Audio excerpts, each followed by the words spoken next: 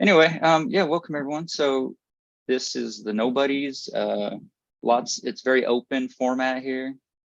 So I think today we have two guest speakers. If they make it, it's Thea and Brandon. And then we also have Eddie and Zabi and I. And really, there's no one at all. So anyone who would like to share anything or have a question, just yeah, raise your hand. And yeah, maybe I'll do like an intro or something. So all there is this, and it's no one's going to know that because everything's a story. This is a story. All there is this is also a story too. You know, all these stories. It's stories and language and words seem to be the language of separation. Not that there's anything wrong with it, you know, separation may have like a bad connotation to it. But also those are stories, words, and thoughts. And so no matter what, nobody can get away from the story. But there's no real story. All there is this.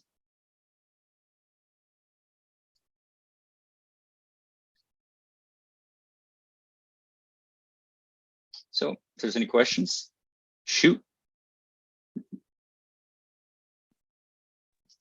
Okay, so you can make me host, then I can help you to let people in. Thank you. Okay, let me do that right now. Okay. Can you do it now? I made you co-host. Cool. Yeah, they're lining up. They are really? Hey, welcome. Yeah. Hi, everyone. Sorry for waiting. Hello. Surprises. Wow, everyone's showing up. How did y'all find the link? I'm curious.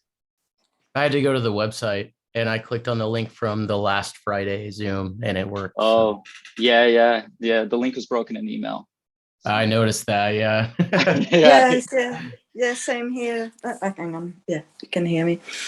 Yeah, I went on to the 1-to-1 plus link from the website. Yeah, the link's broken, I think. But I'm glad y'all made it. That's awesome. Does anyone here have Thea or Brandon's info? Because they're the guest speakers. Oh, Brandon. We got Thea. Oh, we got Thea too? Where's she at? Yeah. He's here? I see the name. Oh, Thea made it. All right, cool. Hey, Thea. Welcome. So Thea is one of our guest speakers today, and also Brandon. Brandon, are you here? Yeah, I saw him. Yes, I am here. There. Oh, of course, you're Brandon. I saw your face, but not your name. It's like he's this beautiful human, the butterfly and the moth in the background. Wow, that's so cool. Anyway, I've said enough. I gave a little intro that was nothing at all. Plenty of speakers here. It's a big panel, so have at it. Just ask a question by raising your hand or post it in chat, and it can be to everyone, you know, or a particular person. Doesn't matter.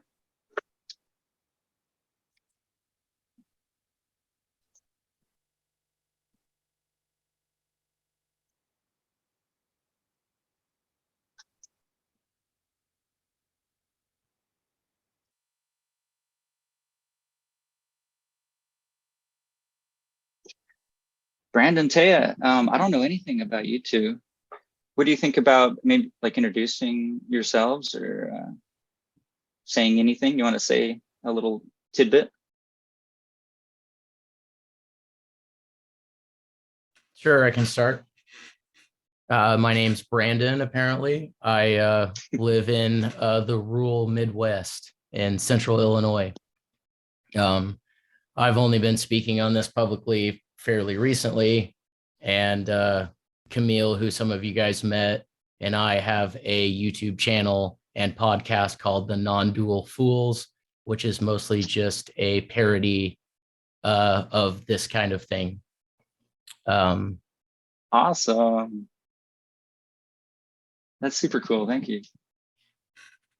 Yeah, how about you, Thea? Can you give me just 1 second to replace my headphones? Oh yeah, no problem. No problemo.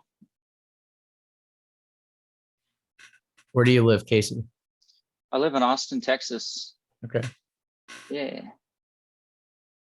It's nice and hot. Underneath the broken link is a line that asks for using Zoom. Yeah. Yeah, thanks, Nick. It is very confusing. Hey, Kelsey's here. Kelsey's another non-duality speaker, sharer as well.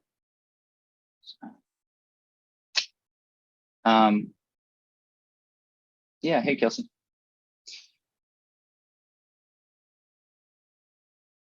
Oh, is chat not open? Okay, thanks for telling me.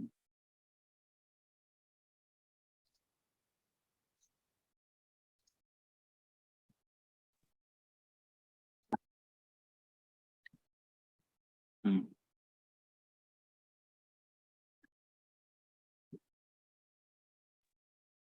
Okay, here I am again.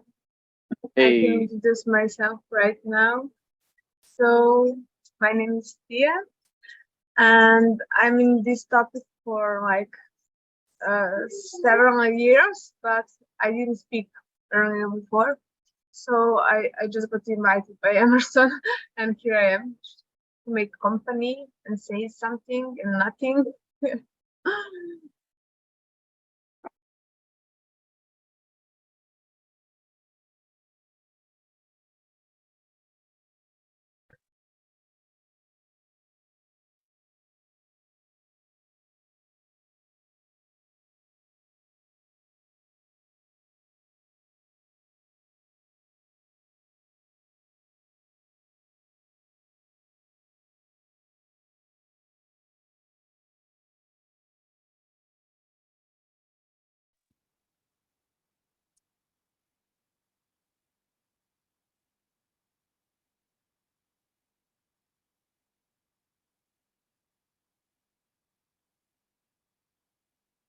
also to any speaker, you're free to just start outputting words if you like. Not that you have choice, but you know, if words come out, they're coming out. I'm trying to enable chat, by the way. This love can't be had, can't be seen, can't be touched. This love is everything. This heartbreak, it's beautiful, beautiful heartbreak.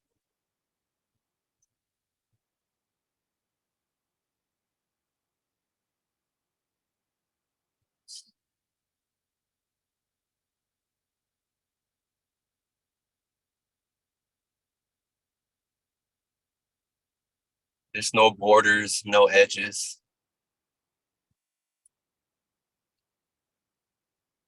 There's no room for anyone in this.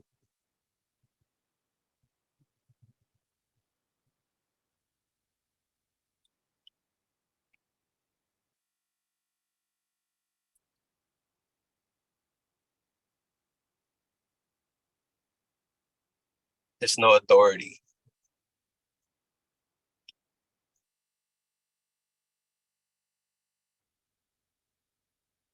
Me needs authority. So that's terrifying for that sense, for that contraction. This energy, so-called energy, is just boundless, chaotic, it's wild, it's free. There's no room for me, and this me, me dies into this energy. You can say that. Me melts back into this.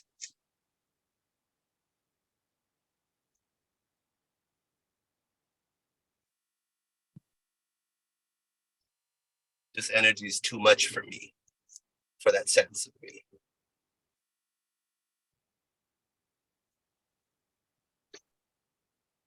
Andrew said heartbreak is a lovely word to use. Please, could you say more about that? Yeah. Heartbreak. Heartbreak. That's a good one. Yeah. Everything that you thought you had, you owned, you possessed, never was. You never, it's not that you had a life and now a sense of me is leaving your body. It's not like that. When it's seen, it's seen. There never was a life. There never was a you. And that's beautiful heartbreak. Yeah, it's beautiful. You've never done anything wrong. You've never done anything right. You've never been there. There never has. There's no one on this Zoom right now. It's not even right now.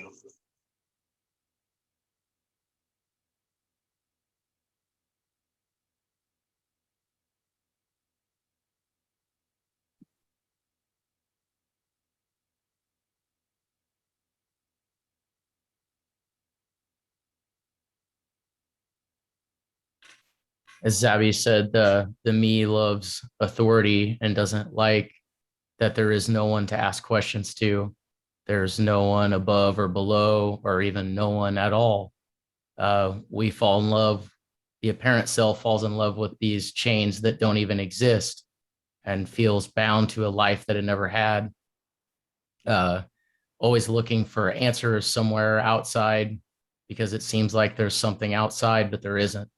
It's all a dream. It's all an illusion, including the perceiver of the dream and illusion.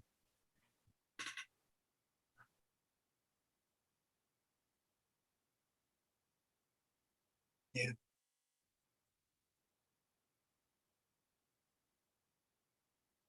That's the heartbreak right there. It's like including the perceiver, including the one who you thought you were. It's also gone.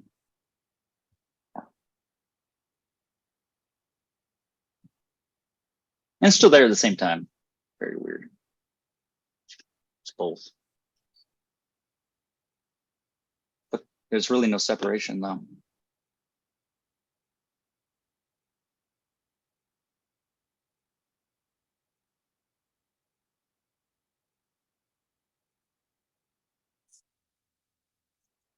And this is just a story as well. When a baby's born, it doesn't have like maybe thoughts even, but that visceral feeling of separation isn't there. It's just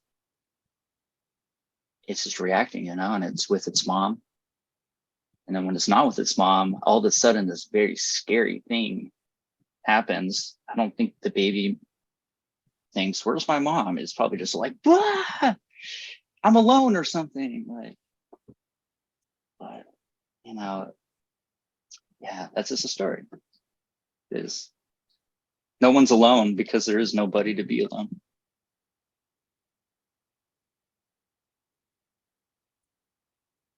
No one knows what's happening. Knowing what's happening is the dream.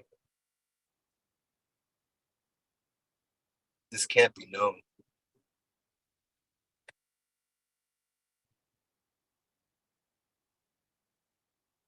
There is no story to this. This did not come from nowhere. It's not going anywhere.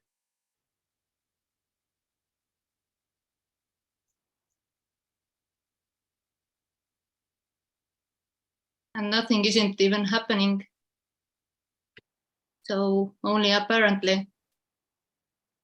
There is no time. Nothing happens with anyone. This doesn't move. It appears as movement. But this is always this, this, still this. Whatever in this is this. There is nothing else, nothing else. No future, no past. This. And whatever is happening apparently.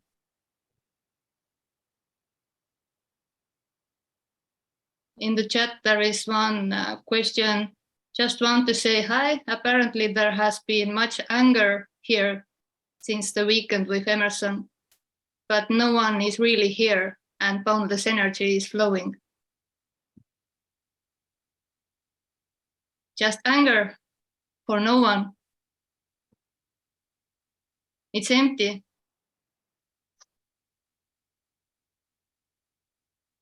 It doesn't happen to anyone. Andrew has his hand up. Sorry, Ari. Just want to let you guys know. Yeah. Andrew, did you have a question? Yeah. Well, I suspect it will sort of disintegrate as I try and say it. But We'll see. Quite a long time ago, probably about 25 years ago, when I was very much a seeker, although I don't think I even knew I was a seeker, but I very much was. And I was living as a Buddhist monk and all this, meditating and being incredibly hardworking about it all. And there was a temporary falling away, which was completely effortless, completely surprising, completely tiny little, really in the story, I would say it was just as if a literal veil had fallen off my eyes, and everything was, it was completely obvious. And everything that's said in these various presentations by Andreas and Jim and Tony and Emerson and various others was seen to be completely naturally, wonderfully, and very, very ordinarily what it was. And for this particular character, the overwhelming sense of it was coolness, because suddenly there wasn't anyone there was no dog in the fight anymore.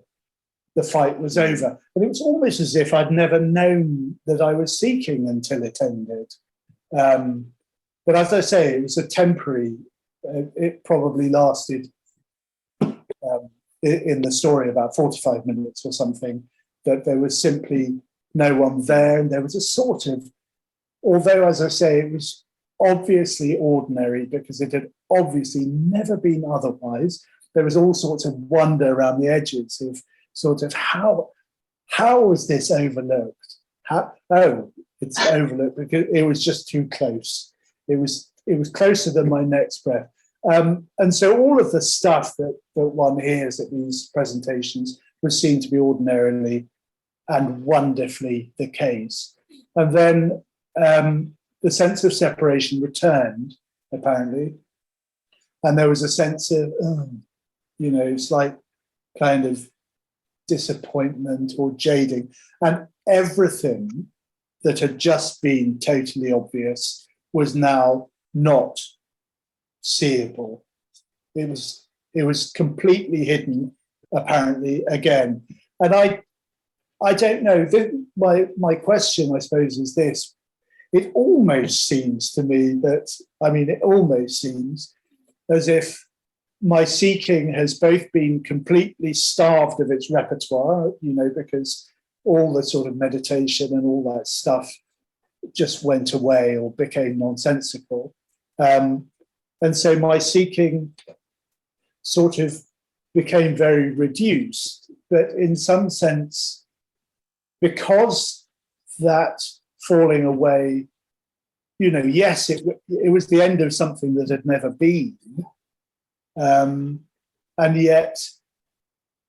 it was totally ordinary, but it was also utterly wonderful. And ever since then, in various incompetent ways, I've been searching for it and thirsting for it and hungering for it.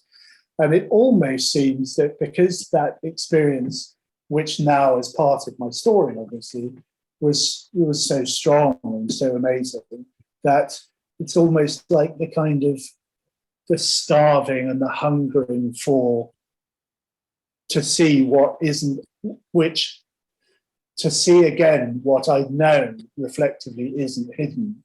That hunger and thirst is, I would say, almost worse than it's ever been. So I wonder if anyone can respond to that. Thank you.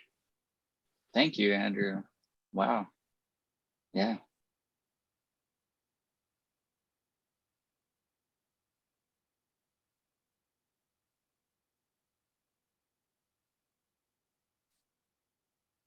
I can give an example from my apparent story. I understand fully what you're explaining. There was, okay, in the story here, there was 8 years of cannabis addiction. There was a period of 90 days cannabis free where this character had gone back into abusing alcohol, which was something that had happened prior to smoking cannabis. And from the relapse, which was done, well, at the time, it seemed like a conscious action with a very potent edible, was the first non-dual experience that happened here that wasn't being looked for. I was very much still a dualistic spiritual seeker at the time. And after this experience of that there absolutely is no Brandon in any way, not just an ego, but no even perspective, just no thing here seeing whatsoever, and nothing being seen either. And then because this was an experience for the character, an experience in time, a drug-induced experience, it ended.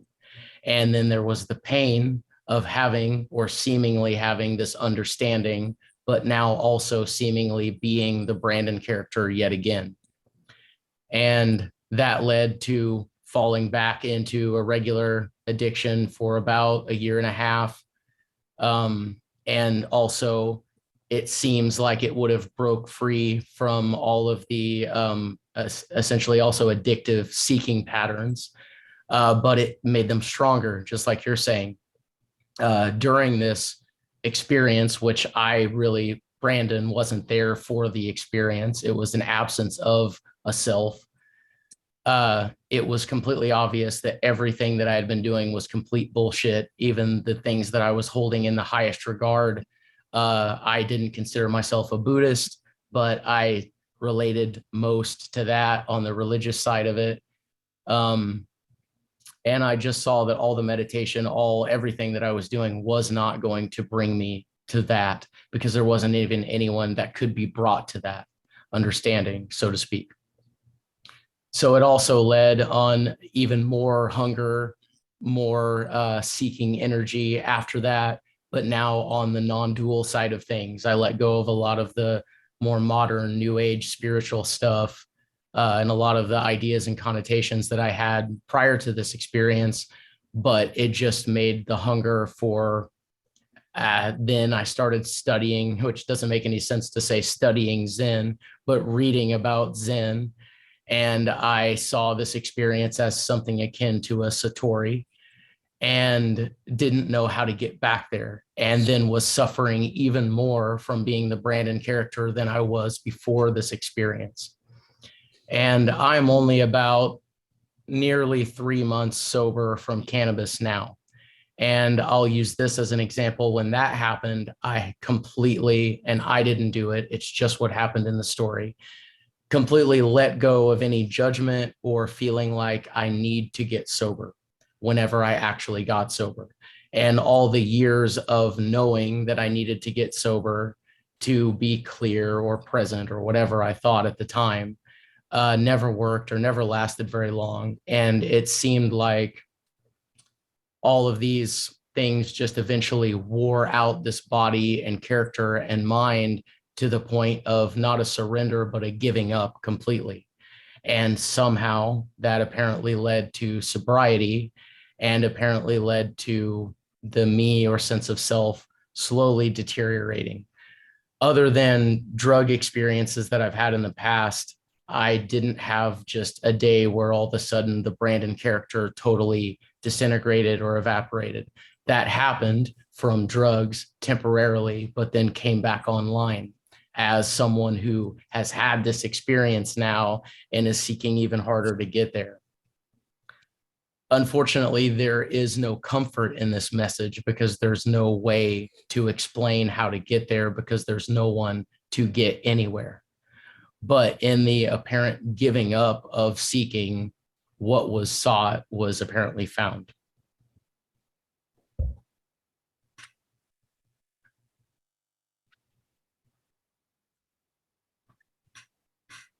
Beautiful story. Thank you. Yeah.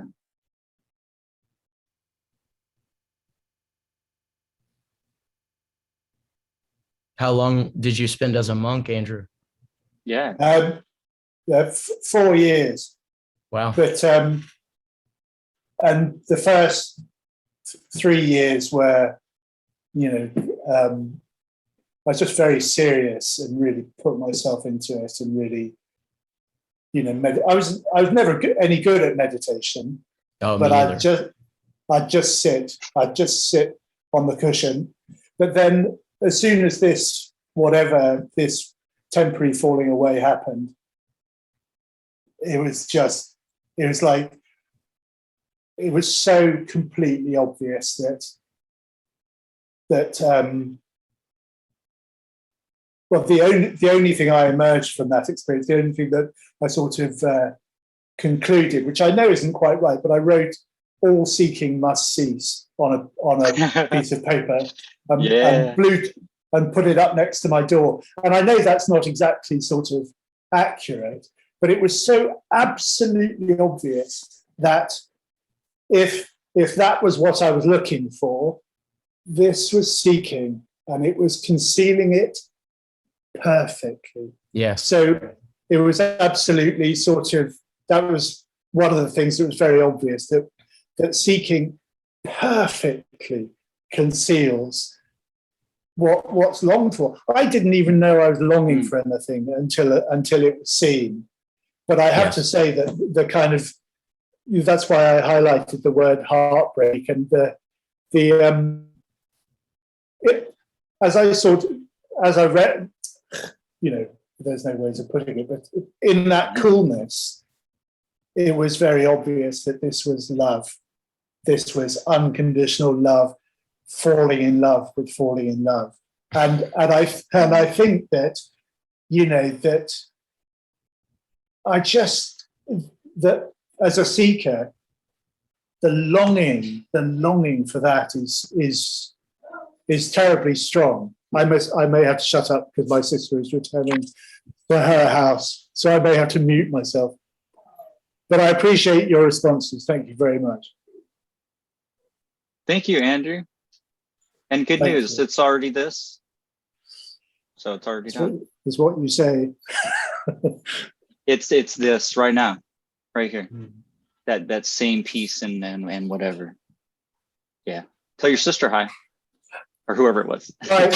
Hi from the Zoom meeting. Hello. Oh, yeah, it was a wonderful discussion there.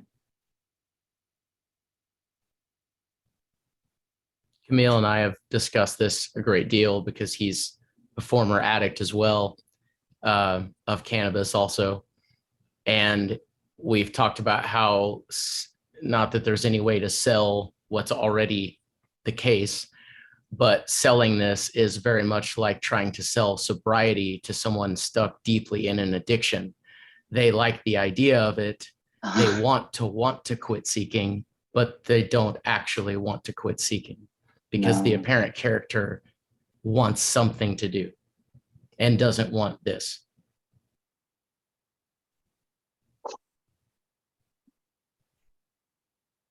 Amen, brother. Yeah, me is addiction. Yes. Yeah, you think alcohol's bad? You ever been Yes. addicted to me? It's worse. What about me? It's worse. It's worse.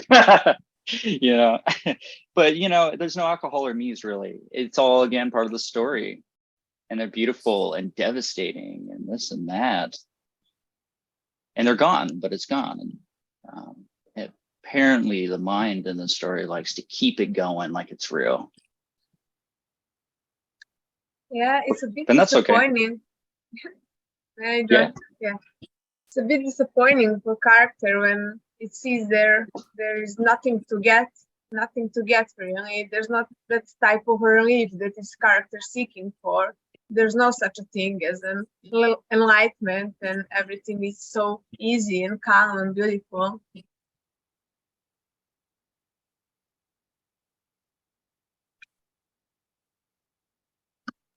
Learning of the idea that it's about surrender almost makes it worse, because then now you're an addicted me that's addicted to the idea of surrendering, which the me cannot do. There's no such a thing as surrender. There's no anyone to surrender.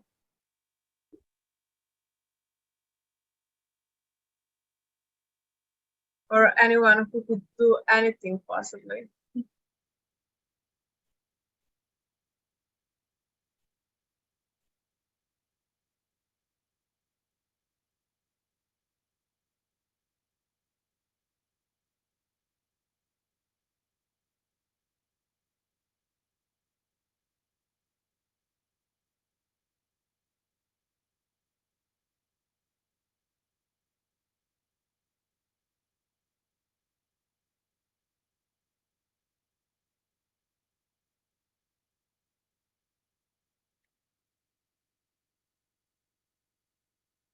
Yeah, and everything is empty.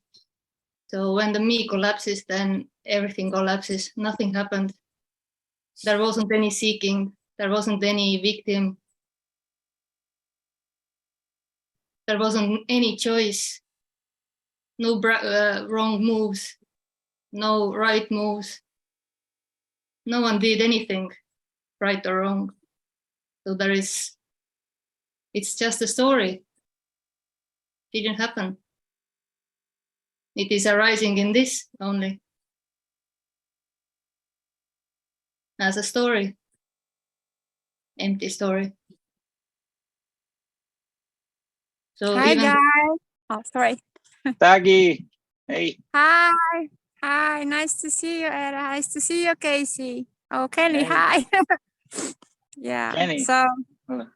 yeah, just like Era was saying, yeah, there is just this, and it's like there is this aliveness, like of a child. Yeah, we had like Children's Day yesterday, and this is just like, I don't know. I think I was talking with Casey, like messaging that, you know, it's like, this is so spontaneous that, for example, here I found myself yesterday just collecting sand to my pockets when I was on the beach, because I don't know what happened. It was just like fascination with the texture of it. And then there is like collecting stones, I don't know, strange things, just so nice, so alive. And yeah, and like you said, Era, yeah, like you can't mess it up. It's just, this is it already, and because of this is just like so joyful, so free, so I don't know, so light somehow. Even when it seems heavy, like even when there are difficult emotions or something, it's still like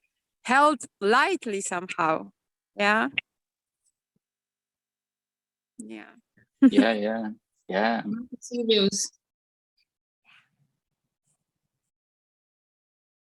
And even when you are caught up to the serious story, like, then it's this also, just what's happened with no one. Totally empty, totally free, wild, unconditionally this. It doesn't have any conditions. It can appear as a story or falling to the story and going with the story. Some serious story maybe. Yeah, But yeah. so quickly that it's so empty. So innocent. Yeah, it's like, yeah, just as you said, it's like, so anything can happen, like even those stories, but because they are so empty, they just like, they are allowed to be expressed however they express, and they, I don't know, like they fall away quickly. It doesn't mean that they have to, but they just like are so empty that they don't stick somehow, like for a long time, no? Just like, Yeah, it doesn't have any meaning, any yeah, story, any real story, lived story. yeah.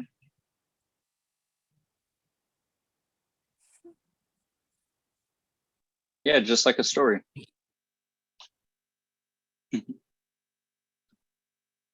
You ever read like a really good book and then at the end of it, you're sad because it's over?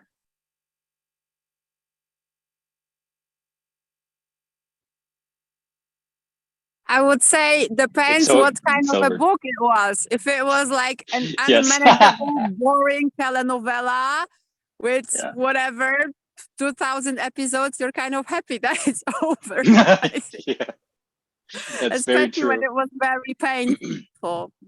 But yeah, it's like Yeah. Man, it's so interesting how the me, you know, it wants pleasure, it wants happiness, but it also wants pain, actually, and it also wants conflict. And that's kind of nuts because you wouldn't maybe think that naturally, but, you know, somebody who takes a lot of identity from maybe being a victim or being whatever, it's another specialness. yeah.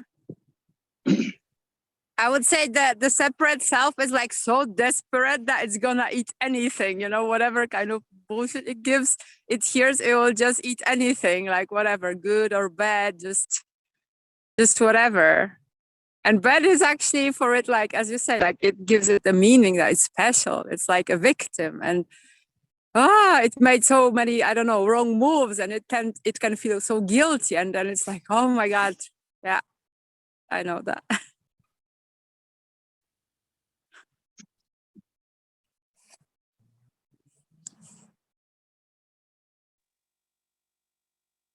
I almost think the sad kind of victim mentality is an even stronger energy, or at least that's how it seemed in this story. Trying to heal psychologically, trying to work through traumas, trying to expel patterns and addictions and things like that. It just made an even better, greater, more easy to buy into story that seemed real and made the character seem more real.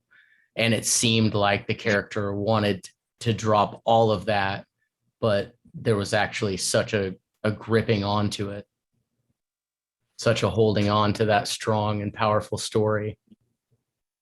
Oh yeah. That's what the character would say as well.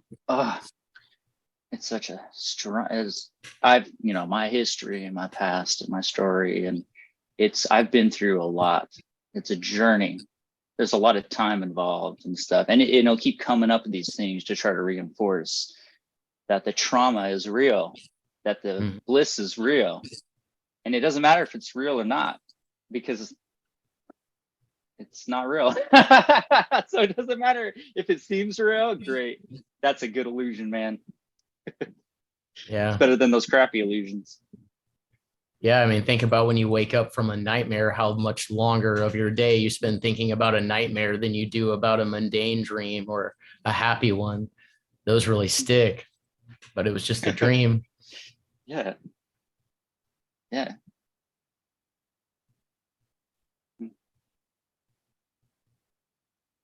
That just reminded me, like, the me wants to be a hero. If the story was just easy, I don't know. I feel like the me gets a lot of satisfaction from, like, I've overcome these obstacles and it's so challenging, and you know, but it believes that it's like persevering through it, or I don't know. That's like a big piece of specialness that it gets from the heaviness or the story.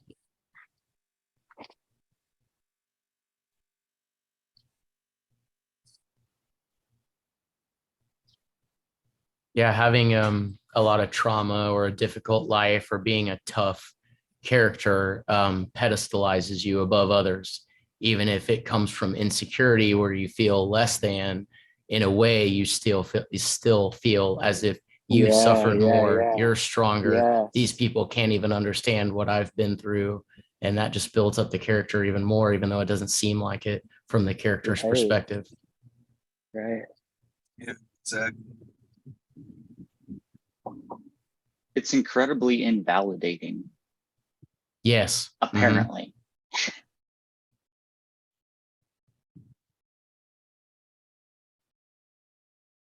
And it's so nuts because nobody would know this because there isn't anyone. But like on the other side of that, the other side of you've never done anything in your life, there's just like ultimate peace somehow. And it's so unexplainable that it's amazing because you don't even need to explain it. To who? You can explain that to you. Yeah, from the perspective of the Brandon character, he didn't get to finish healing. Yeah, same. Oh, I'm sorry, Brandon. That's very tough. Thank you. That makes Much me love. feel great.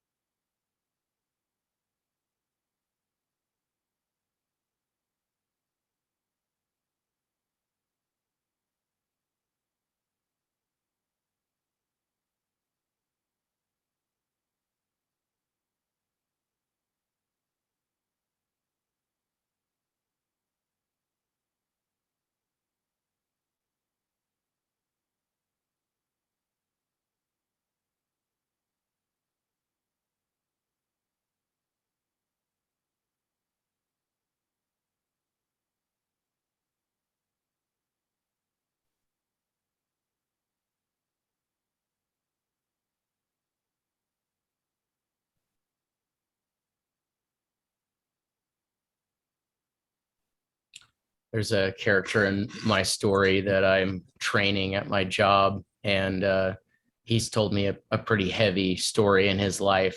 Today, it was probably the third or fourth time that he's told that story in different ways, and I see how much that character is clinging to that and molding his idea of who he is around that thing that happened that he feels guilt about and blames himself for.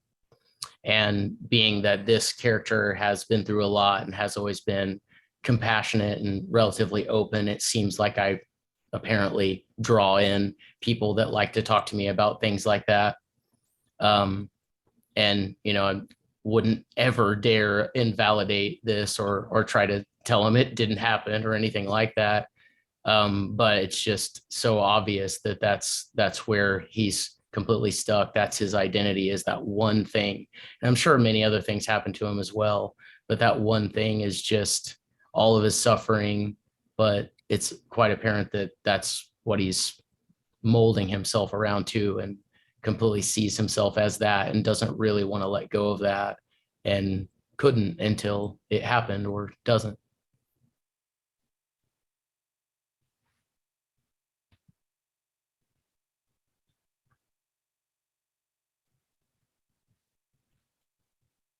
There was one question that I never wanted to answer to myself when apparently, right, when I was into like radical non-duality as a seeker.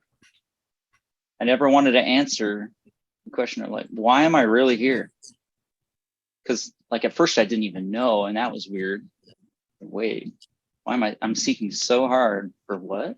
For what again? Magical powers, happiness, telekinesis.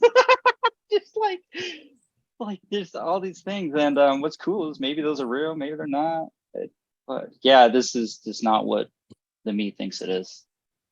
No, this one was looking for the end of suffering, which apparently doesn't happen until the body dies. So life, that's also suffering. It's just what it is. There's no end of only the bad, not in duality. It doesn't work like that. and it's weird that there's even a humor about it here now. Yeah, I know, right? It's like, why the fuck am I laughing? Niak. Oh yeah, Thea. Yeah, do you know, Casey, now what we are doing here? Do I know what I'm doing? Yeah, in this journey to say. It's worse than that, because it's not. It's like, I can't say I very easily, because it's just like seeing that is not the case. But it totally happens, though, that you feel there and real, and you're frustrated or happy or sad. Anything's valid. It's all within the dream, you know? But you won't know that. Because I really don't know what I'm doing right now here, just happening without any particular reason.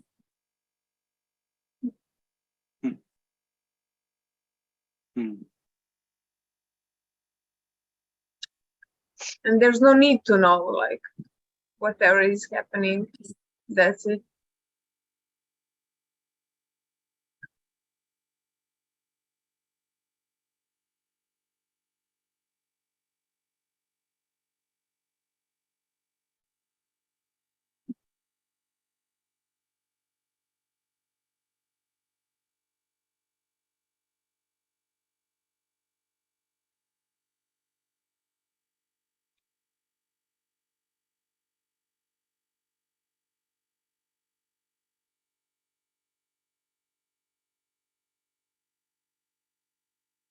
Nick wrote so beautifully in chat. Is this the end of the idea of oneness, of speciality, of personal powers like clear okay, I don't know this word. Cognizance? Yes. That's a hard word. These ideas were apparently heavy, ingrained here. Couldn't believe them anymore since I am dropped. Yet energetically these seemed to drop a few days ago. Quite beautiful. Painful. Always thought I just knew, don't know a shit. Love you, Niak. When you think you know, then it's a dream. But you don't know that. I don't have any powers. I don't know about you guys. I lost all magical powers. You have powers, Ed? Yeah, magical powers. It's nothing wrong with that too, you know. When you were a kid, I don't know if you remember, you never were a kid, but you know, you got magic. You can be like, boom, there's a whatever, and people are like, no. Yeah, just made a line appear. It's right there.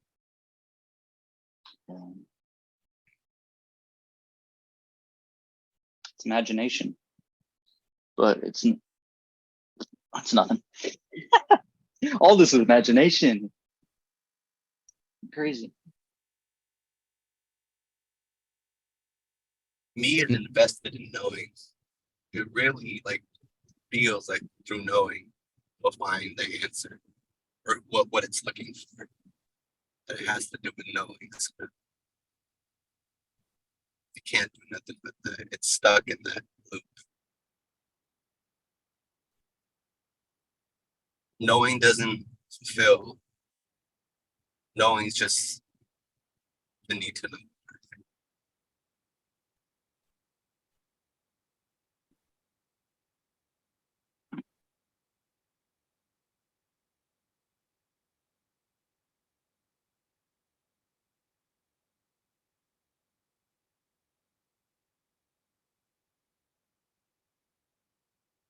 Yeah.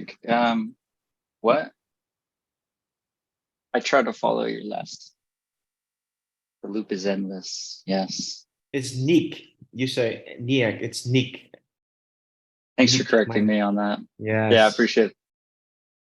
it was bugging me ever since. Like, how do I actually say this? So Neek. Yes.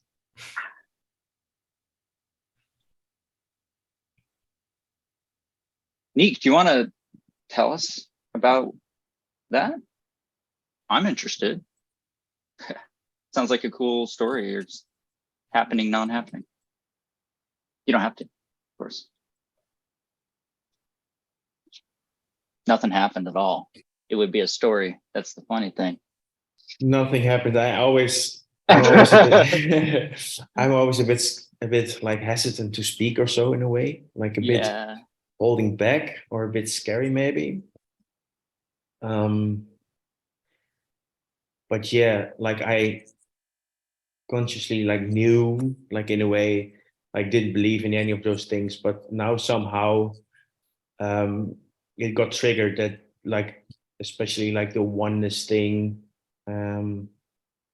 like the idea of the belief in oneness, and also like knowing, for example, like I sometimes knew things who became like the European football. Like before it happened, like I just knew that it was Italy a few years ago. It was Italy a few years ago, and it was Italy. It became Italy, and I made some bets and I won some money, and it was just a fun story. But all those things, like all my life, in a way, strengthened like this sense of like I know, whatever happens, like energies in the room, like with people, with friends, like I couldn't understand it myself, but I knew there was something not totally right or whatever, or people are in a different mood or things.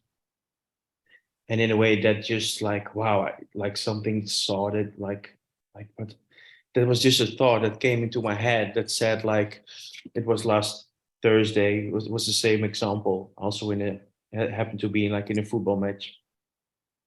And I just knew that there was a goal in another channel, and I went there, and the goal came. And then like somehow after, or a bit after that, I was like, but wow, but this was just a thought that came. Like it's not that I did that or so. It was a weird yeah. Sounded glimpsy. Sounds glimpsy, whatever that is. Yeah, I don't know.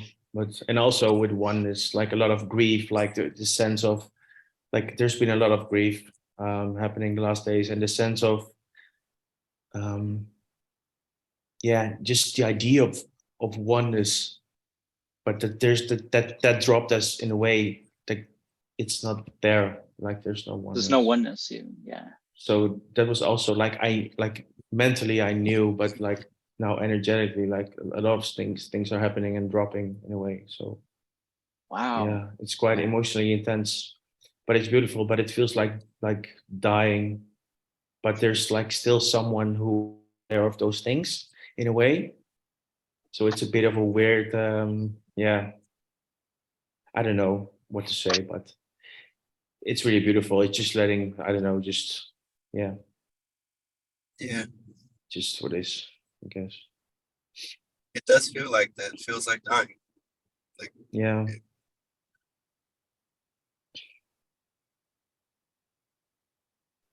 There were a lot of things that happened in this story too that seemingly validated new beliefs that had been taken on.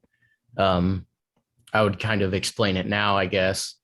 Like everyone has a story, and most people's story tends to be in the nonfiction section, but people that get on this weird spiritual path tend to have these fantastical kind of stories, and then self-affirming things happen.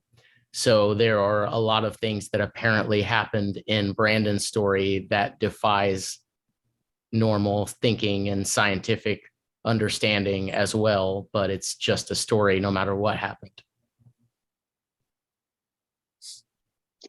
And it's totally innocent. Yeah. it's all innocence. Nothing wrong with it. Nothing wrong with it. And it may appear that you can tell the future. And like there's everything can appear and nothing's invalid, but but when it's seen too, it's just the last house on the block. So you may have gained a special power or whatever. But yeah, when you see that there's no actual you, and who has the powers? Like, oh fuck, it's just everything is an appearance. It's a postcard. It's a postcard of power, appearance of prosperity or poor, and everything's beautiful.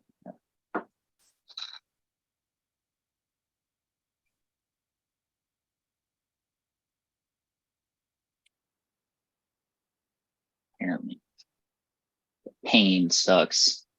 No one likes pain. Like in a way, I. Oh, can I share? Yes. In a way, I like. There's such a love-hate relationship with it. I like the idea of knowing everything, or I hate it and I love it in a way, but I also hate it because not to be like victimy, but just feeling everything in a way. And that has been like going on like for 10 years or so, finding my way with it, the whole spiritual path, the whole shebang. But solely to deal with suffering, that was the main point, like to just deal with it, to find a way to deal with it. And yeah, when like those ways to deal with that also fall away in a way. So yeah, that means that there's like nothing really left, which is sometimes feel that there's like no bottom, like no ground in a way. There's no way. There's nothing to land on. Yeah, I guess that's it. Yeah, there's no landing point. Yeah. That's what me's looking for. The point of arrival. And it feels by coming to these meetings that that's what it's gonna get. Like, no matter what's being said here, that there's nothing on offer. There's nothing to get. It still feels like there's something that's like a point where it's like, now I got it. And then will be like the point of liberation. There'll be a point before, and then the point of liberation, the point after. It's not like that. It's really not. This is everything and nothing.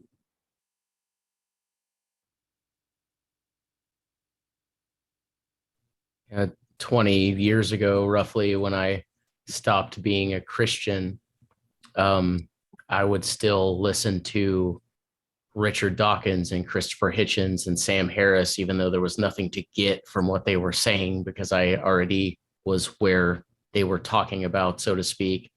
And that still happens now. They're still listening to Tony Parsons and Kenneth and Emerson. It's just what's happening, and there isn't anything to get from it. It's just now there isn't anyone to get anything from it. But it feels pretty similar. That's how I tend to explain it. It's a lot more like atheism, in my opinion, my apparent opinion. It feels like atheism. It's letting go of all of it. It's took on a lot of new beliefs after being an atheist that I still wasn't seeing as beliefs, but that's what they were.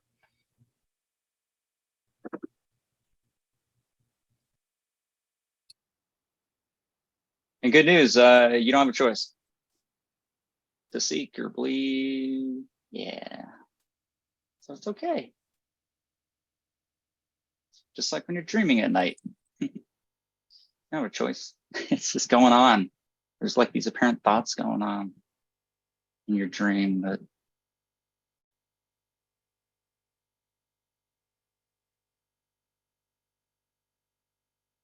it's so surprising.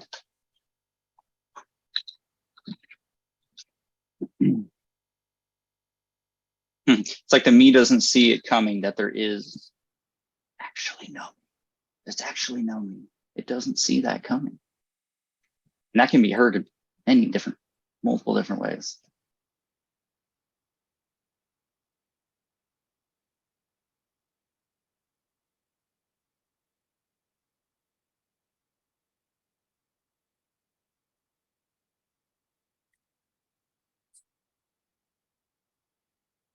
Thanks, Neek. Much love.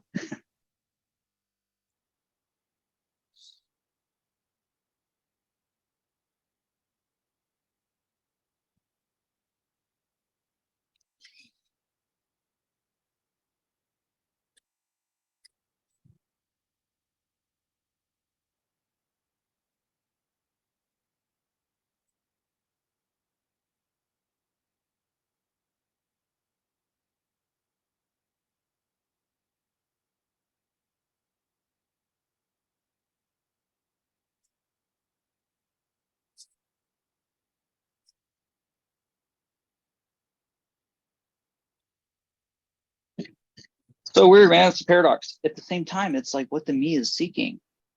This.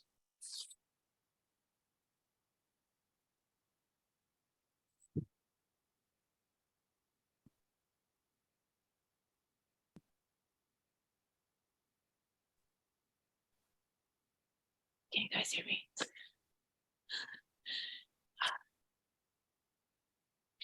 Yeah, it's so funny because when the paradox is no longer seen, like there is no paradox. It sounds funny even saying that, but it's like, I mean, it sounds obvious saying it, like as I'm saying it, it makes no sense, but it's like the duality of like seeing things is like in spirituality, there's tons of stories of duality, like masculine and feminine, good and bad. But like if you just let go, not like a practice, but when everything is just seen as it is, like what's arising, the paradox seemingly dissolves. And it's interesting walking through the world, no longer seeing it like this and that, and just seeing it as just this. Like it's so free. And it's kind of like what Zabby was saying, there is no borders. It's just pure freedom. The paradox is just, I don't know, feels heavy. And I used to say that a lot, like that used to be a story or a concept that would just always pop in. Oh, life is paradoxical, life is paradoxical. But I would say, if I am to like talk about an apparent change, even though nothing really has changed, it's that there's no seeing a paradox anymore. Like there's no,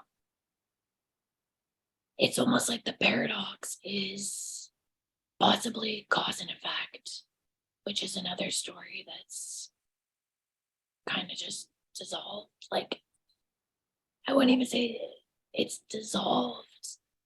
It just doesn't show up. Like it's just not there.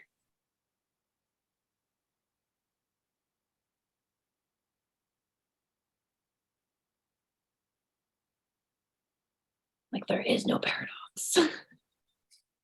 It's fun. That's the paradox. It's like what could be good can also be bad. What could be bad can also be good. It's just silly bouncing around like that.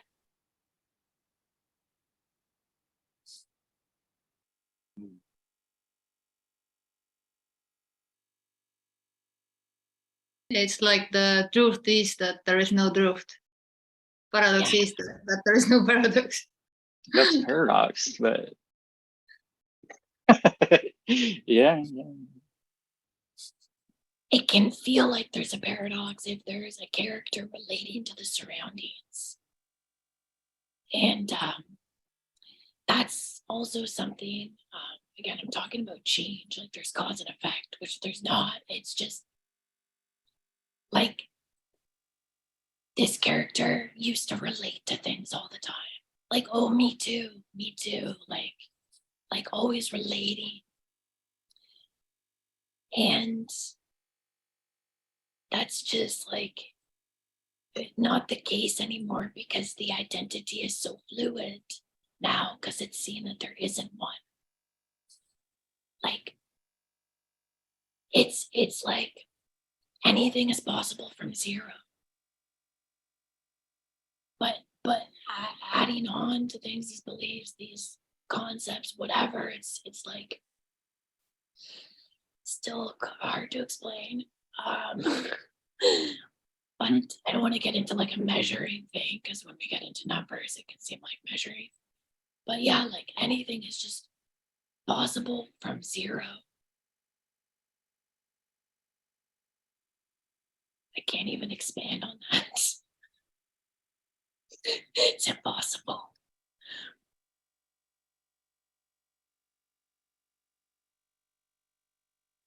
Yeah, one of the big paradoxes is the apparent realization that it's not about what you know, it's about not knowing. So then you try to know how to not know. Yeah. That doesn't work. So there's no memory erase. You unlearn everything. That doesn't work. There's still the things you apparently know are still in the mind, whatever that means, because that's something you learned too, that there's this thing called a mind. It doesn't all just disappear. That would make it a lot easier. And there's no way to will it to happen or to unlearn it like it's something new you can take on. But it doesn't stop us from trying. Yeah, man. Yeah. Which It's so I crazy didn't how simple it realize. is. Yeah, Kelsey, go. Sorry, Yeah. Casey. Which I didn't realize that is actually in a lot of Zen. I think you mentioned Zen earlier. I didn't study Zen, but I recently read some, not all. I never finished books, but most of Alan Watts's book, The Way of Zen. Yeah, I read that one. And he talks like it's so mind blowing how he explains this. Like he's explaining it in the book, and it just said, like, if you want to be spontaneous, like no one can will their way to be spontaneous. Yeah. Yeah, it's so funny. Uh-huh. And it's like I was just laughing reading it. It's hilarious. The amount of times he says spontaneous. Like it's like he says it like 12 times in a page. I'm like, yes, this is awesome. Right, trying to be spontaneous is like planning to laugh when the person gets to the end of the joke. I'm gonna laugh. I gotta time it just right. Yeah. It's so funny though, because when I was into spirituality, there was this mutual kind of thing people tried to do, which was being spontaneous. Like, let's go with the flow. Yeah. Let's go with the flow. And what was interesting is that attachment to what going with the flow was, it actually made things more controlled. Yeah. Like everything, it was not spontaneous, because now we're trying to be spontaneous. Like we're looking at planning things as like a bad thing, but like sometimes you gotta plan shit, you know? Like who cares?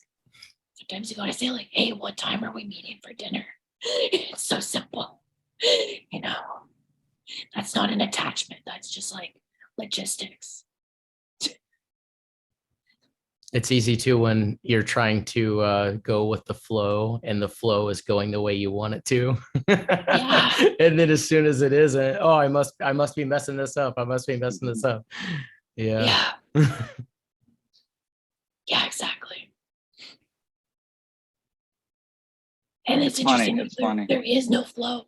Like There's no flow. You can't help but not go with it.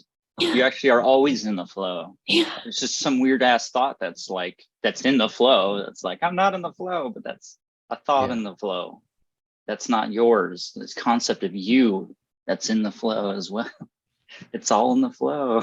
Yeah. Resisting is going with the flow. That's what that's happening right now is Yes. resistance. If you're resisting right now, good, because you're not doing that. That's actually the flow. yeah, It resists until it stops, or maybe it doesn't. yeah. And I think someone talked about like surrender. Like you can't even surrender. Like who is even here to surrender? How would you even do it? I How would don't you do know. You hear? Yeah. I tried it a couple times. It's like, all right, ready? I'm cool with anything. Yeah. Yeah. Yeah, I tried that too. That works for about 5 minutes until the next thing happens that annoys you. And then you start resisting the thoughts you're having that are about how you don't like what's happening. You've Yeah. already lost it.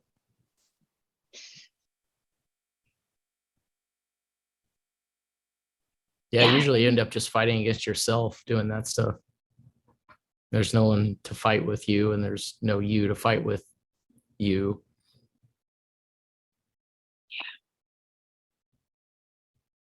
Even feeling emotions, like feel your emotion to heal. That's a popular one. It's like, well, what if you don't want to feel it? Like, what if it's just not, like you're just not feeling it? Who fucking cares?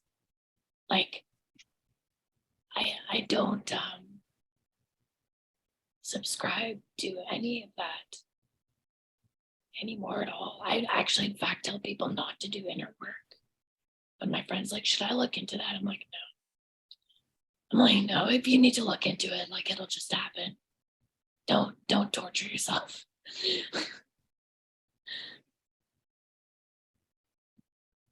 It's so crazy that we think we're here, man. It's like when it's seen that you're not, all of a sudden you're still doing everything. The story comes back, the life comes back, the needs, the wants, the pain, the happiness all comes back, but it doesn't come back because it never was there in the first place. It was just seen for a sec that it wasn't. And so when it seems to come back, it never does actually. It's just a thought. But what's that even? That's a thought, probably, about what a thought is. Yeah. Like my favorite feeling, this is obviously a story, but it does happen apparently, is like when I go out to like a park and it's busy and there's like so many people there. And I'm just like, wow, it's like such a simulation. It's like a video game. Everyone's just like going about their day with all these different thoughts and stories. Like, who knows, right? And it's like so fascinating. And it's like seeing that difference and seeing that uniqueness and the flavor in every little molecule and appearance of life actually dissolves the separation. It's so strange because you would think like just seeing everything as one would be dissolving separation, but for me at least, how it appeared, it was actually accepting the differences that made things feel more one. And it made me less real because again, I'm not relating to anything. So like I love that, like people walking their dogs and just like, oh, I wonder what their life's like who knows? So interesting. It's not like I'm gonna go up and ask to them because like ask them, it doesn't matter anyways. It's just like I just love it. Like I love seeing people just like in that, just this, it's the spontaneity of life. It's just like anything could happen. You never know who's gonna walk by. And you'll never know them. Like, even if you do know them, you'll never really know them. It's just so random and uncontrollable. That's when I smile the biggest. Like, that's when there's like this overwhelming sensation of joy just like bursts through this vessel, is when I just see like a bunch of people like just going about their day on like a busy street, maybe in a city or a park. But there could be joy just when it's me. Also, like looking at a tree, it's no difference, but I don't know. Seems more exciting, I guess.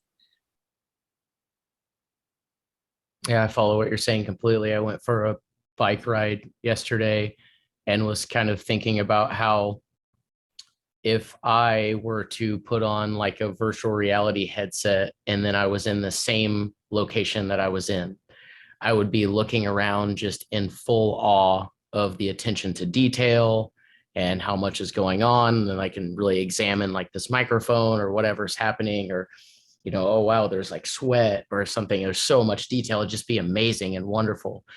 But when you feel like it's real and it's really happening to you, then the sweat bead turns into, oh, it's hot in here and I'm uncomfortable, and I've got these problems and these thoughts are happening, and you just don't see how incredibly, unbelievably amazing it already has been the whole time, because there's a me that's filtering it. That's so true. Yeah, it's so strange. It's like I don't even see a difference when that happens, but I know exactly what you're talking about. Like, Yeah. if I feel like I'm in a bliss state, and then I start sweating, I'm like, fuck, it's fucking hot. I need to fucking shade, you know. Like, and it kind of like takes you out of it for a second, but it's still this too. But it's just like, yeah, I know what you mean.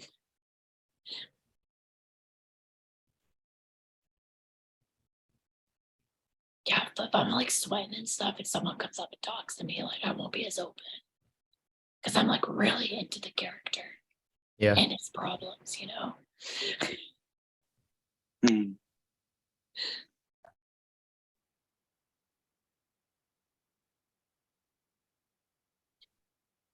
Technically, the hour is up. Actually, an hour and 20 minutes. That's okay though. We can keep going or do the breakout room, and breakout rooms just like this, but we just stop recording. What does everyone want? Doesn't it end at 12:30? Does it end at? Oh, okay. So 10 more minutes? Yeah. Okay, I thought it was an hour. Cool. We got 10 more minutes, and then no time. We'll just keep on going.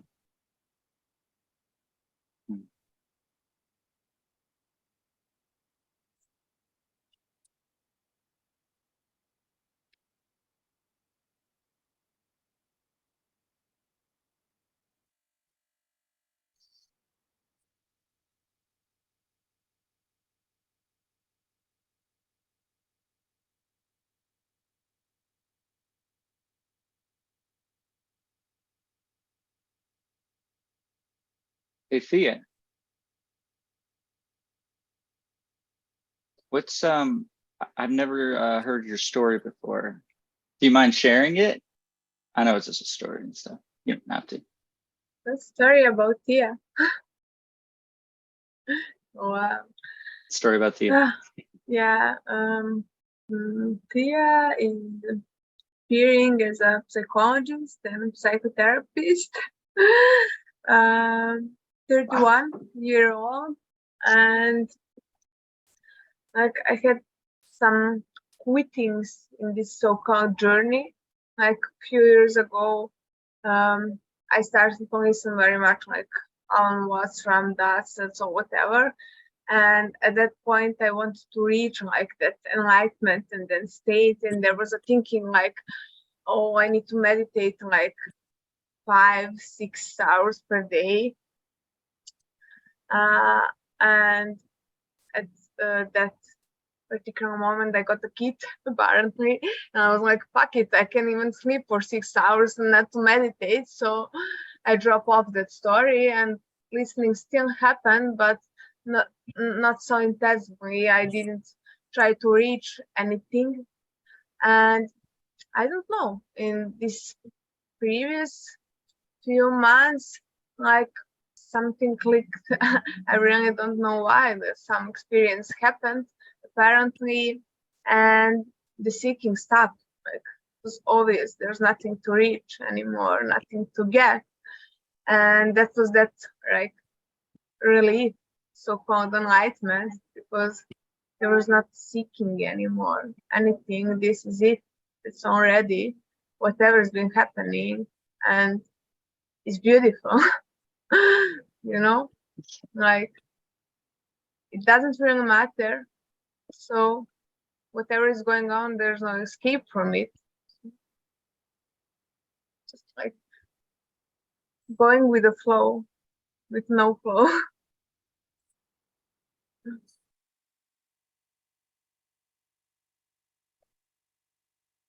Thank you. Wow, yeah. This is Well the short said. story. A short story. I like Yeah. short stories. You're nice. Yeah.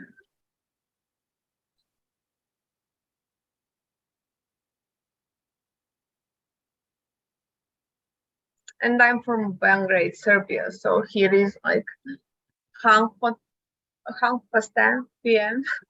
So I'm in the dark, apparently. Yeah. Wow.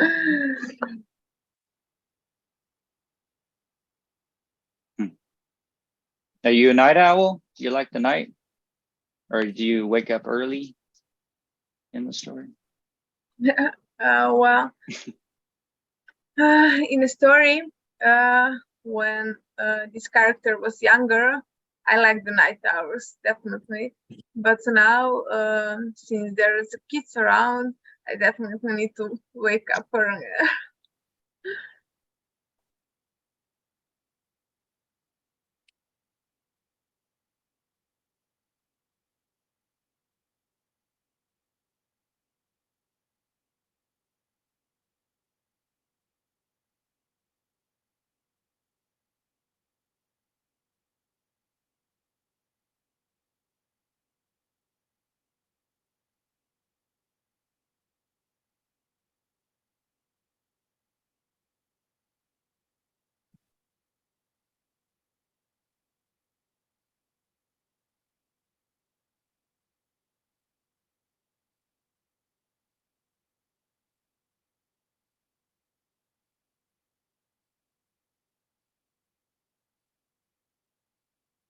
But it's really funny when this character, working as a psychotherapist,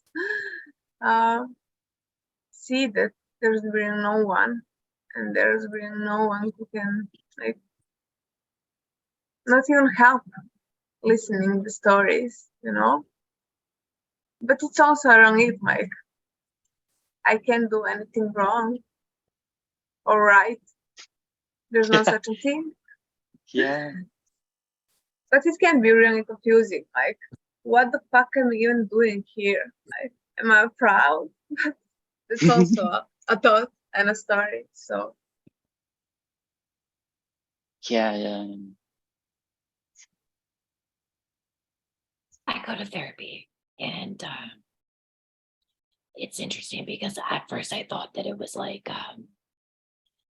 I'd be like reinforcing the character stories, but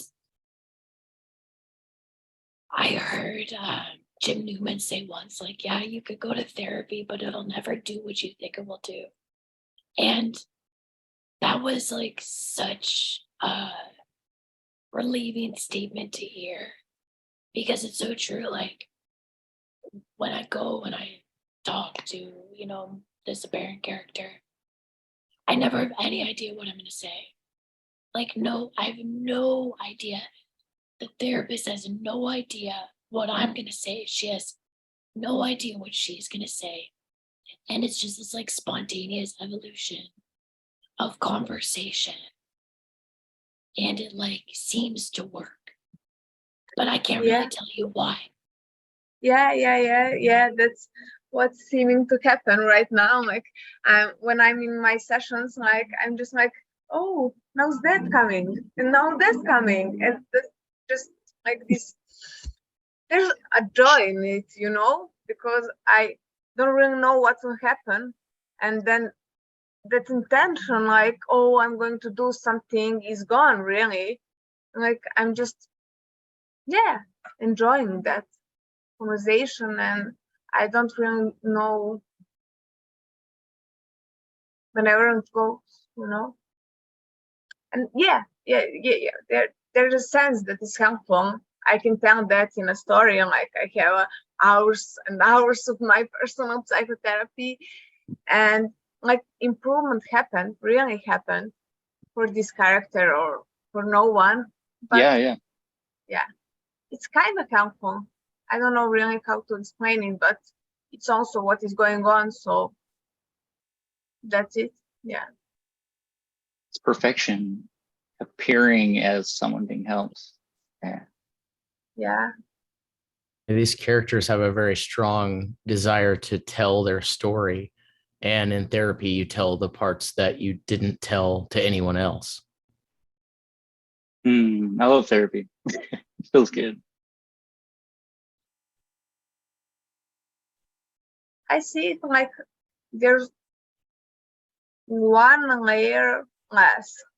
Let's just say there are too many layers, but in psychotherapy, like apparently you do get rid of some layers, you know? I remember going through therapy for kind of like an OCD thing, and it was such a surprise because it was, you know, OCD is like, what are these thoughts? I don't want them to be here. And then the therapist is like, those aren't your thoughts, they're automatic. You don't have control about what thoughts pop in your head. And that was just like, boom, like what? Like, Yeah. But it's totally true. Like, you just take a half second to observe. You're like, shit, I didn't plan that. I didn't know that it was coming. And those are thoughts. It's like, it's automatic. But my therapist didn't say there's no you. And that was a big confusion point. I'm like, I told her, I'm like, I feel possessed right now. There's like a demon in me who comes out and just starts screaming at people and gets all anxious. And then there's what I'm used to, the normal me. And it just keeps going and going. But yeah. You ever have like a board review in your head, and they're all discussing something, the best socks to buy for the winter. And then there's a head. Yeah, there's way too many me's. There's all too these many me's to me's. make a decision. Too many me's that don't get along. Yeah, it's a lot easier with none. And that's the way it is right now. That's the fucking paradox. There's none. And then there's just these things that appear that seem me-like. But when you wake up from a dream at night, that was all dreamlish. Just seemed very, very, very fucking real. And you can't look away from the dream at night. It's all a dream.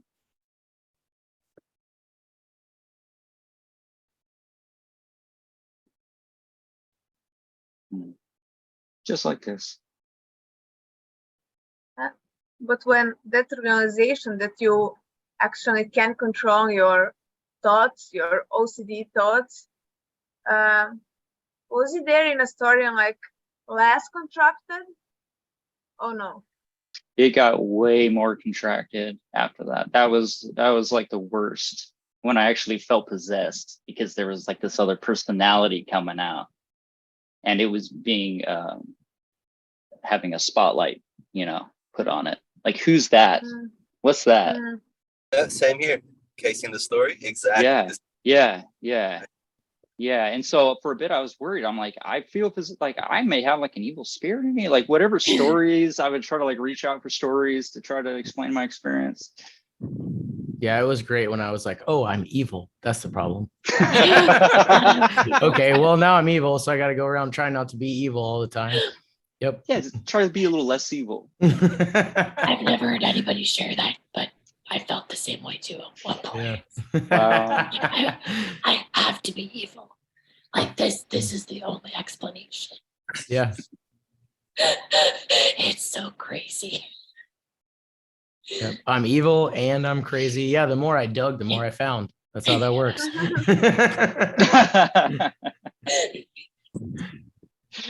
Oh. Yeah. Something that was helpful.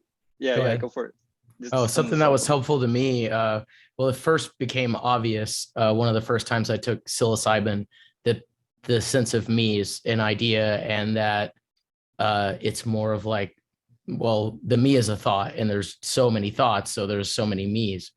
So I felt there was like a sense of me that was like the kind of child self, and then there was a sense of me that was the one that was the more like belligerent one, that was acting out, that was the problem me, the reason I was going to therapy or whatever. And then after having this realization of, oh, there's not just a me, it's like a lot of things going on there that are a lot of me's or whatever. I don't know how I understood it exactly at the time, but then I found this guy, I think his name's James Fadiman, and he wrote this book called Your Symphony of Selves. And I guess he did a lot of research with psychedelics in like I want to say 70s. And then he does a lot of stuff with microdosing now. But his argument in that book is that the only difference between a seemingly normal person and someone with dissociative identity disorder is that a normal person has a congruent memory that ties all the me's together. So it's pretty common in language like, oh, that wasn't me, I wasn't being myself, or oh, I was just angry. And as a lot of people would just think of it as different moods rather than different selves. But his argument was that there is no one self, that that's completely a delusion, and that everyone is made up of all these multiple selves.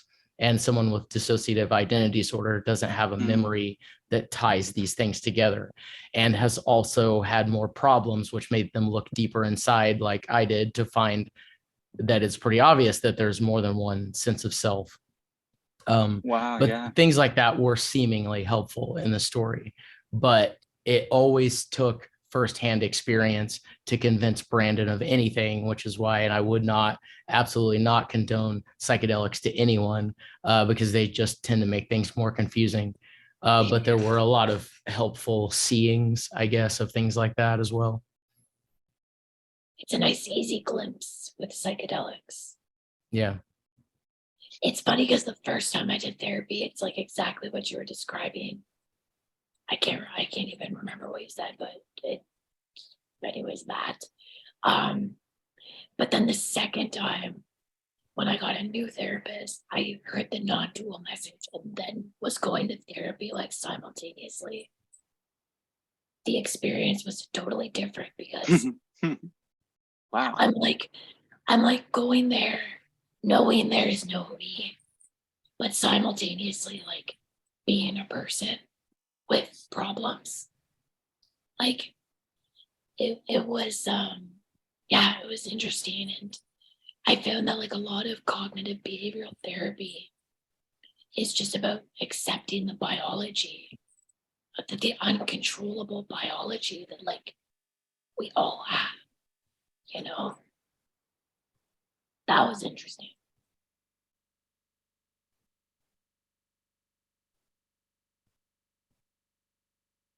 The first time I thought I was evil when I went to therapy.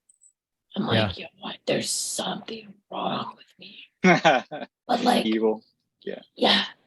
But when I feel like a lot of seekers could, you know, be experiencing depression, no matter, like it could be a mild, medium, or severe. And I heard on some podcast a therapist talking about it, saying that just like depressed people are just more self-aware. They're just, and now it's what makes it more depressing. So it's like remove the self if you can, in a way that like the character can kind of like accept it. Because like what you were saying, Casey, like you put a spotlight on your voices and it got worse. And It that's flared it. Yeah. that's Triggered something it that's hardcore. been described in Buddhism and meditation. As soon as you put a spotlight on the me, it goes crazy. It's like a monkey mind because it never wants to focus on itself. Like if it is a separate entity, which we all know it's not, it just seems that way. And it's a way of describing that phenomenon. It's that because the mind is always so like present and past focused that when it's shined on itself, it runs. It's the one place it doesn't look is here, this, you know. It's just a way of describing that phenomenon, how it appears in the experience, because I believe that's pretty universal. Present, future thoughts, past thoughts, it's no different, but it does seem to appear like that. I don't know if that made any sense, but Absolutely. it's like I just blacked out there. Yeah, that's really interesting hearing from you going to psychotherapy, because I have been off and on and hadn't been in quite a while, and all of it was prior to the me apparently dropping away, and was diagnosed with borderline personality disorder by a psychiatrist and was on mood stabilizers until I apparently stopped taking them fairly recently, which doesn't seem to have had an effect, but there's a paying attention to that. I'm not recommending this to anybody. No, I'm not no. anti-medication or anything. More of a seemingly in the story an experiment, and doesn't seem to have an effect one way or the other so far. I don't know. Yeah, it's interesting. I think a lot of, like, when I get like diagnosed or something, like even the doctors have no fucking idea what's going on. And often, because of the pressure to make a diagnosis, it's often like overdiagnosed. Or simply you could just be like maybe having like a bit of an identity crisis, or like a, you know, who knows? Who knows? I'm not. But yeah, it's funny. Because like if I see my doctors, I'm always laughing on the inside. Because I'm just like, these people have no idea what's going on. And it's like a play. Like it's like I'm a patient, they're a doctor, and like we're gonna figure some shit out. And it's just like nobody has any idea what's going on. And it's so like it's innocent, it's funny. And it's like, you know, I don't know. Yeah, it's like we're like all little kids, and that little kid's playing doctor, and that one's helper, and that one's the hero, but we're all just little kids and nobody knows what the fuck we're doing. Yeah. But it can feel like the doctor can help too, and it's so magical. And it is magical. You know, playing make believe, it's like, oh, you healed me or whatever, and you give a hug. But like in the story, absolutely, I recommend therapy 100%. I mean, in the story, but you know, if we're talking about the story, that's fine. Yeah. If we're talking about this, what's psychotherapy? That's it. What's depression? What's anxiety? What's happening? I can never talk about this with my therapist. What's anything? I do a little bit. Like maybe I'll come to a conclusion or an insight. Actually, like, well, it is and it isn't simultaneously, and she'll be like, yeah. Oh shit! Yeah, Thea. What? Yes, I just wanted to add, like, I'm still going to my psychotherapy, and I actually can talk about this with my therapist. So it's pretty cool, you know. Nice. Like she gets it, so it's cool. Nice. And psychotherapy, in some kind of way, it is about like accepting yourself and getting to know there's nothing really wrong about yourself. And in the story, you can find some explanations why that happened and how that reflects and everything. It's story, of course, but in the end, it is about it. Like you accept yourself, and if you put it in like non-dualism, it's like just accepting whatever it is. Yeah. Accepting all of your feelings, like everything is allowed. There's no such a thing as good feelings, good emotions, and bad, like sadness or happiness. They're all welcomed. That's humanity. It felt like Brandon didn't like himself, but I don't know how else to say this without using the word but I like the Brandon character. But when I was Brandon, that wasn't a liking of Brandon most of the time. Interesting. Yeah. Now you like Brandon. I feel that. Yeah. For lack of a better, Yep. Yeah, man. I like me now too. Good. Same here. I love me so much. Now that I know there's no me, it's so beautiful. What a silly it's character. So easy to love goof, me when man. it's no me. Yeah. It's like being a kid. Yeah. You know? I try to pin my kid down sometimes, and this is all just words like, and I noticed that I'll be like, River, this is like a bad thing to do, like to steal, to trick other people into taking their stuff. That's a bad thing. And he's so innocent. He's just like, oh, whatever. Oh, and I'm like, I'm pinning this to his name, like River. Like, yeah, there's nothing wrong with that, but it's just so interesting. He's not there still, I think, but he knows how to talk like he is, because that's literally what we teach the babies, apparently, like from birth, how to fit in and how to be a me. How to be a me. And the me's are doing that, which there's no me's, and so it's automatic. It's fucking beautiful. Cute little character Brandon over there. It's like you see, yeah, it feels good. Feels good after hating yourself for so long, baby. Mm-hmm. Children taught That's me a a lot story. about innocence. Hmm. Like doing crazy Yeah. things, like fucking people over. It's Yeah. like, where did they learn that? Like, where did they learn how to steal, like manipulate people into stealing their toys? It's natural, actually. It's natural.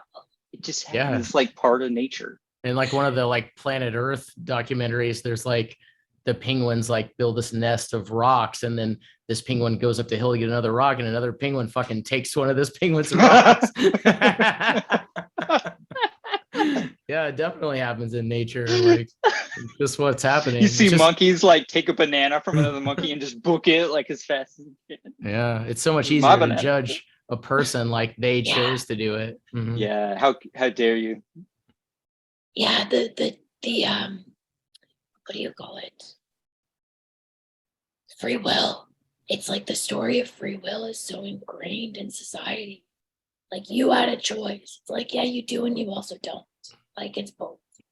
Like can't control it 100% of the time. Or ever. If we're gonna go, as far as we seem to do here.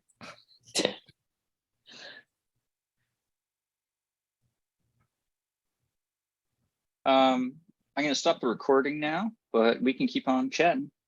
So whenever. That was weird. I'm just trying to change my name. Oh yeah, it says Emerson. Maybe I should just keep it this way. Nah. Is the chat open? No, I open it. Now it's open.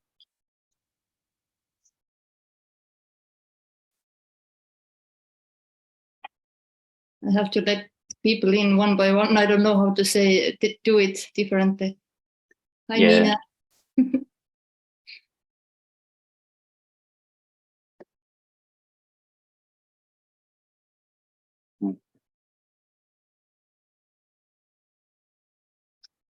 Hey, Casey, you're the host. Got it.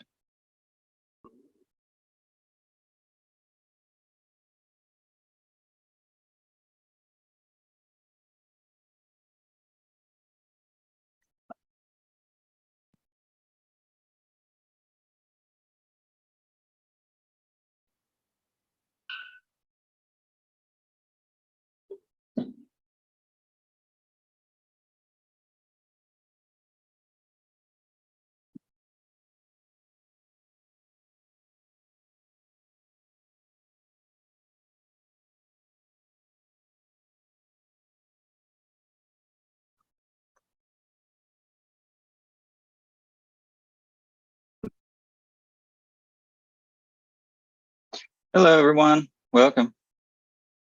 Hi. Would anyone like to give an introduction? What if we start with Emerson poem? Yeah, absolutely. If he's still here. Oh, wait, we can just read it maybe. He's not. Yeah, I can read it with Yeah, my perfect English. Okay, Emerson sent today a beautiful poem. What if it is already what is? Apparently, there is an unbreakable silence that can never be spoken, a stillness so deep it cannot be moved.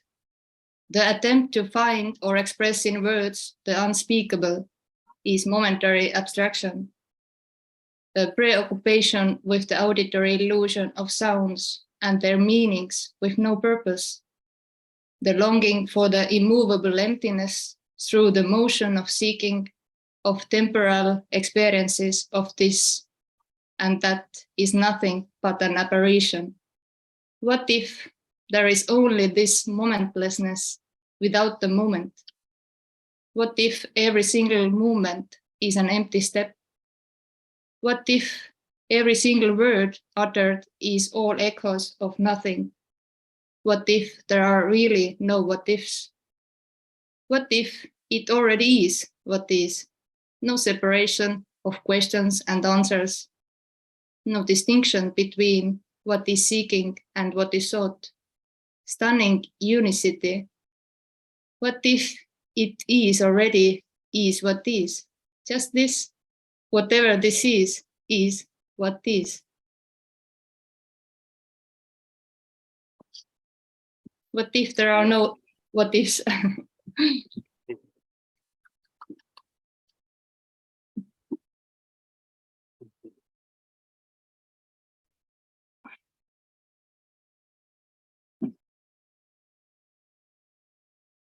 This is already full and complete, but me is longing for this completeness, to complete this, to make it full, to fulfill.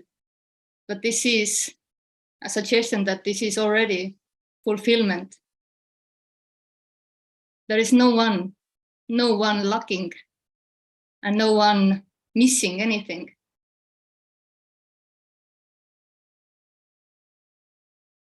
There is nothing else, just this. It is sitting in the Zoom, speaking, listening, watching.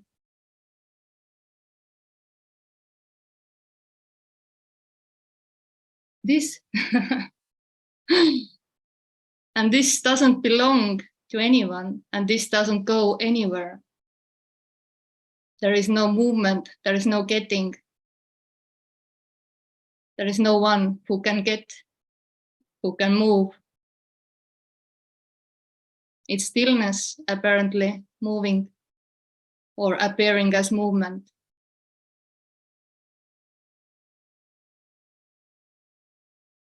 This is perfect. And it can't be experienced. As for that, there have to be two, the experiencer and something to experience. This is illusion too. Experiencer is illusion. This is perfect for no one. So, and no one knows what this is or how this should be. This is infinity. It can't be known. This is unconditional love. It can't be experienced. And these are just empty words, meaningless words. Pointers.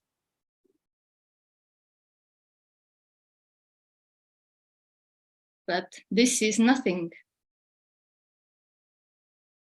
Appearing as everything.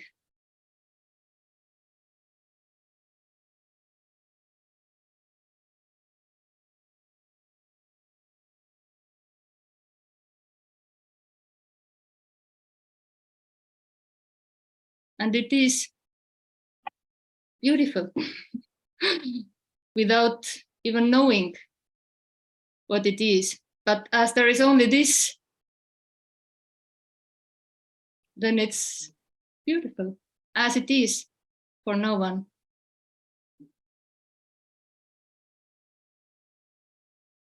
Thanks.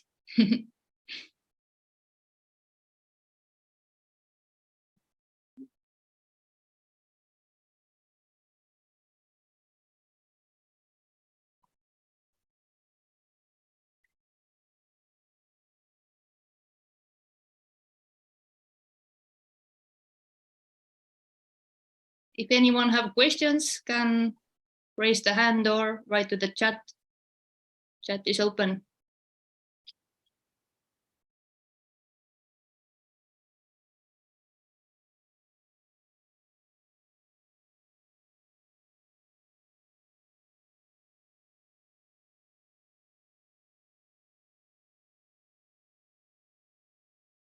And whatever it is, what is, isn't wrong. And it isn't right also.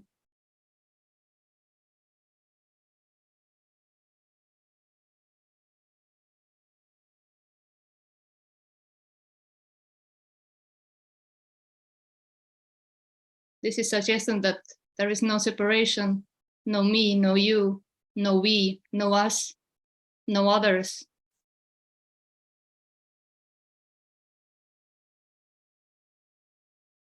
This is unicity, wholeness, oneness.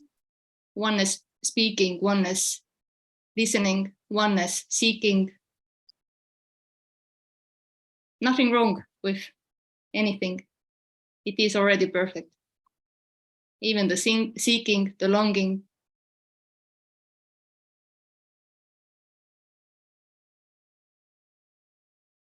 Trying to surrender or trying to accept, everything is just what is happening apparently. No one's doing anything.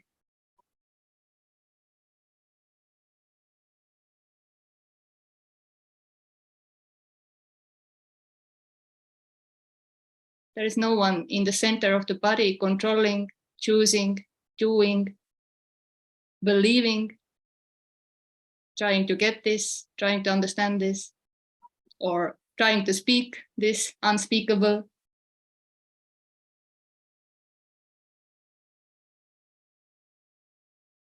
Everything is just what's happening apparently.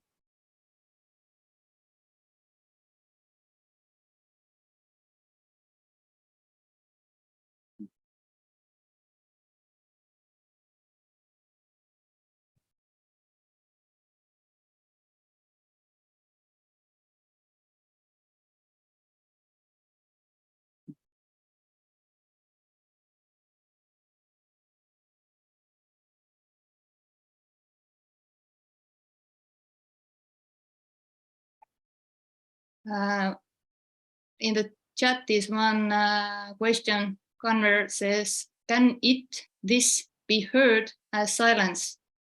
There is much silence here, but it is heard. There is an experience of silence, but what is experiencing that? Everything is silence. And yeah, there can be openness and expression that it's heard, but it's heard by no one.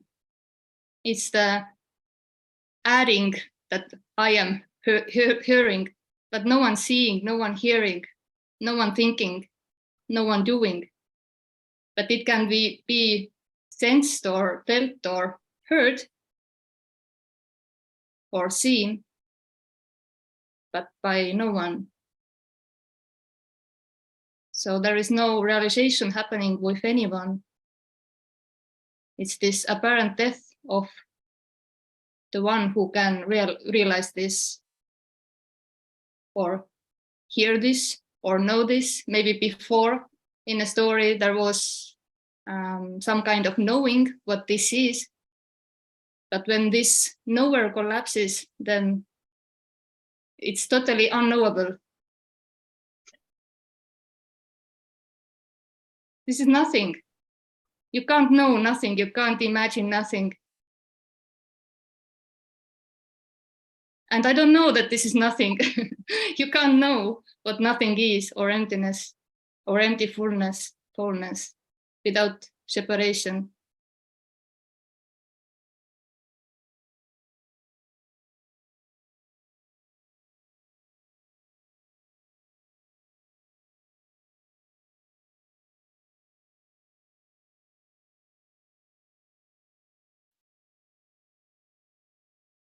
Maybe Sabi or Casey or Katrina, whoever wants to add something. Sure.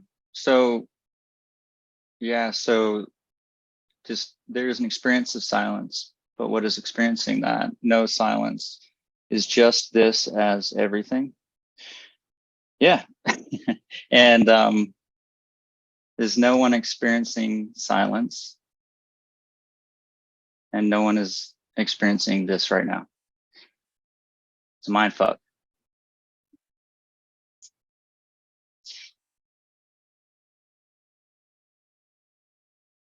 And that's why you're here, right?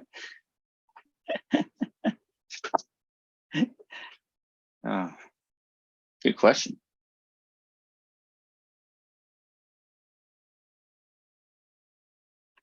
Everything is this. It can be silence. It can be, I don't know, screaming, crying, laughing.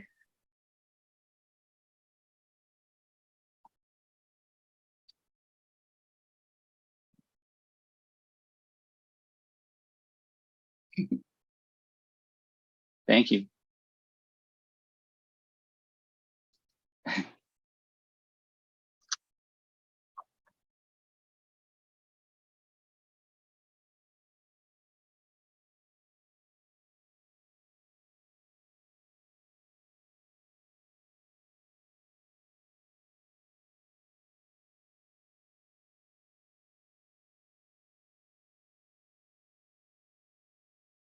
Someone wrote privately, can you speak about fear? I don't drink alcohol because I stopped, as it didn't seem to be good. But there's a fear that if I had some alcohol, I would start drinking again. It's like someone trying to not do something to get a result.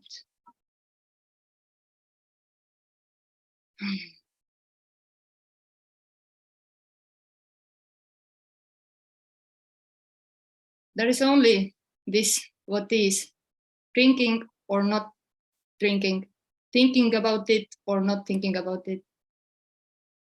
But here, as I can express this, here is no fear.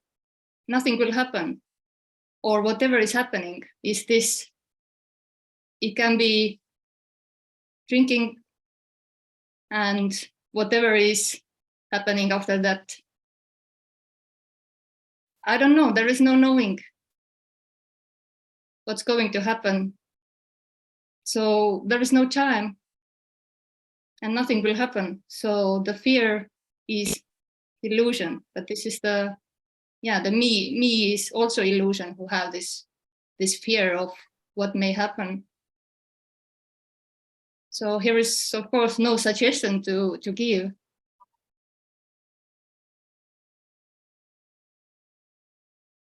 And trying to not to do something is just, again, just what's happening.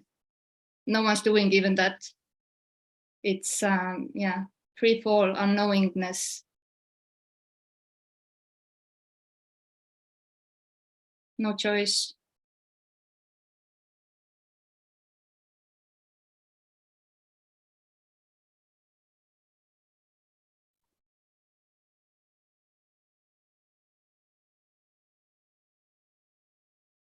Yeah, the me wants to get some result, but there is no time to get the result. It is already. But it comes as the me is experiencer, experiencing the time, moving through the time. Yeah, it constantly thinks what may happen, what's next, and so on.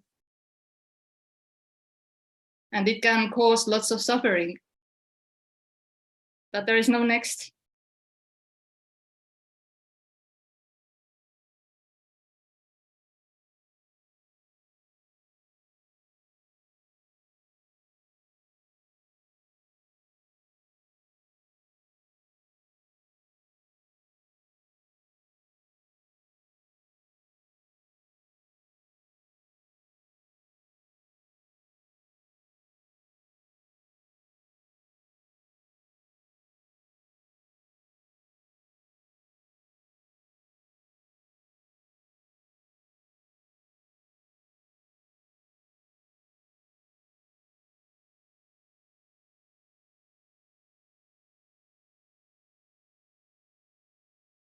In a story here was like, Ere didn't drink alcohol a couple of years.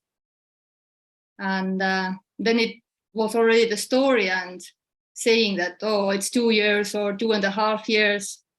Here haven't been any problems with drinking alcohol. But yeah, when Ere was younger, then there was drinking more. But then it was like, I don't know, maintaining maintaining some sober profile, identity, holding the story that I don't drink alcohol. I am, I don't know, good. I can do this and I have a power and control. But this is exhausting.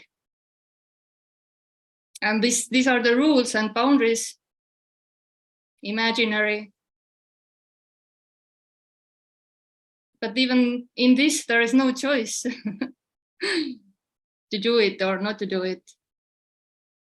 And when this this apparent collapse happened, then one day noticing that drinking something, wine, I don't remember what was it, beer or cider, and no stories followed that I shouldn't, or I got now this cycle.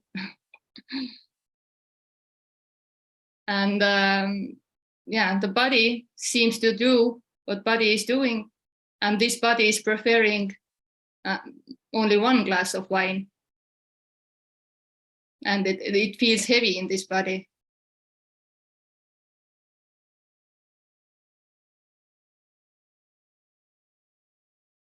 And of course, I don't have any choice to drink or not to drink.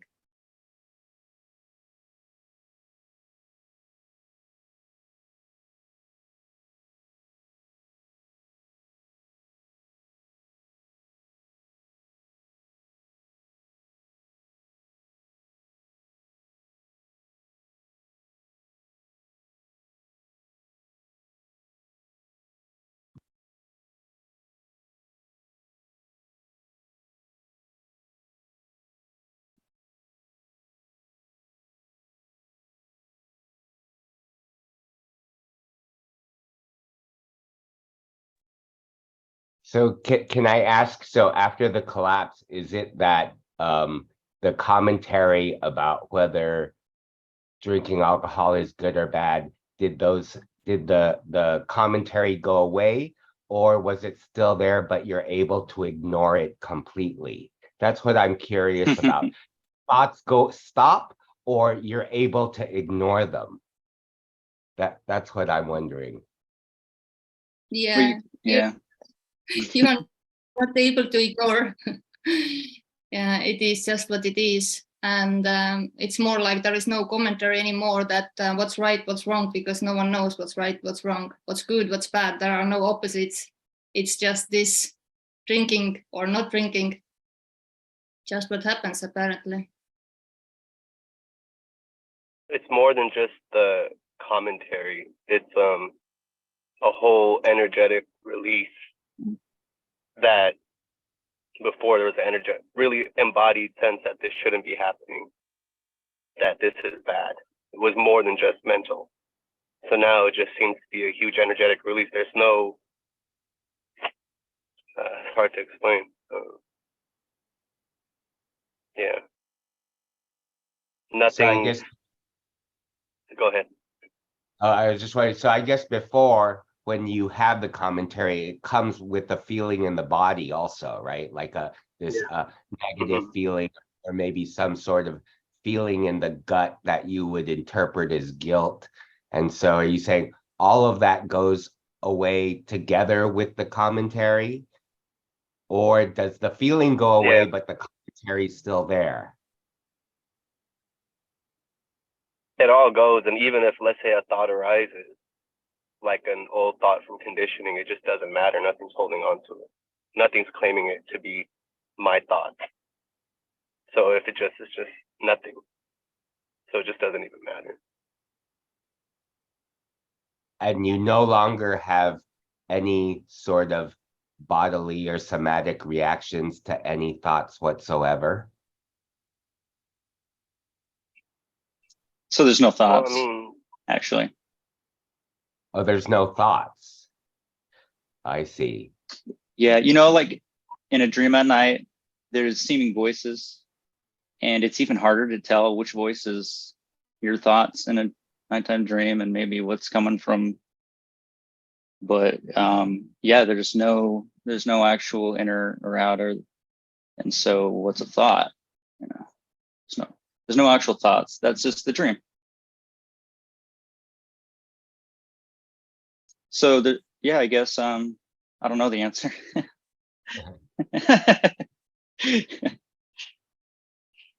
Well, there are thoughts arising, but this doesn't belong to anyone. These are not believed as my thoughts.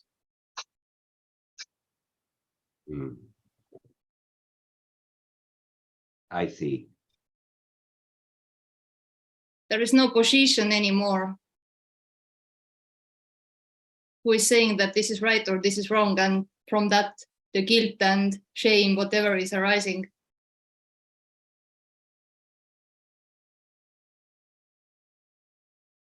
So all actions are spontaneously initiated by the body itself without any thought. Does thought ever initiate an action anymore, or it never does?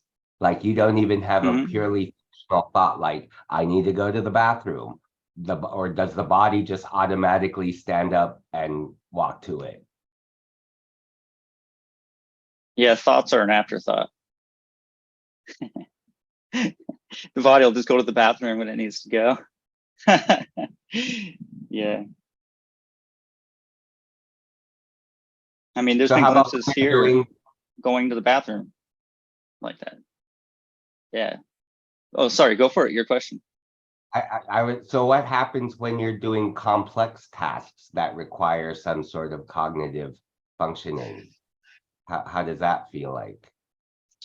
Feels like doing complex tasks that require functioning. It feels exactly the same way. You know, I have to write code apparently, and it's the same. There's no difference. Yeah, no difference. There's already nobody. There's already no one controlling. There's no one inside. So when your complex tasks that you're talking about, it already just happened. And then there's a claiming or owning of it after. Apparently. Yeah, I mean, what's the difference between the brain and a skin cell in the story? They're all organs. So who's to say that thoughts aren't also just as automatic as the body?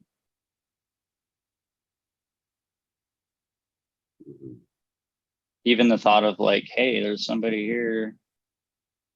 You know, if there's someone here, it feels that way. That's the same as you needing to go to the bathroom. Just happens, it just comes up. And yeah, there's no controlling it. Just like sometimes there's no controlling your bladder.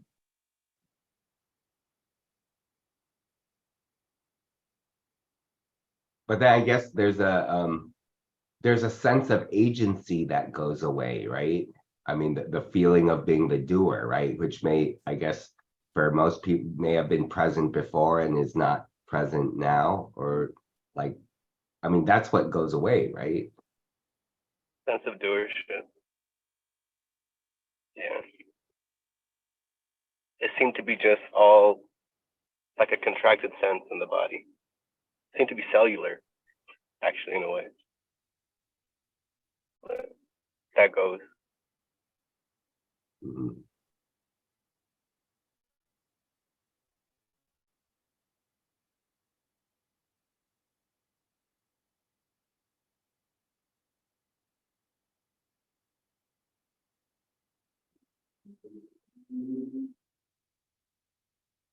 But there's nothing wrong like feeling like a doer or having that contracted sense of someone here doing complicated tasks.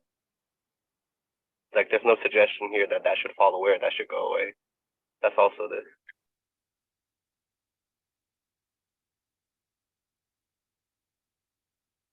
It seems like there seem to be some physiological changes in the body that reduce that contract, like and I'm talking about literally like muscular contractions, right? Well, when you have contraction of the visceral muscles, that tends to create a strong sense of identification with the body and probably has a lot to do with a sense of doership. And because like I guess what I personally experience, like now I think I'm experiencing some shifts, and I feel that very physically as kind of some physical releasing of tensions in the body.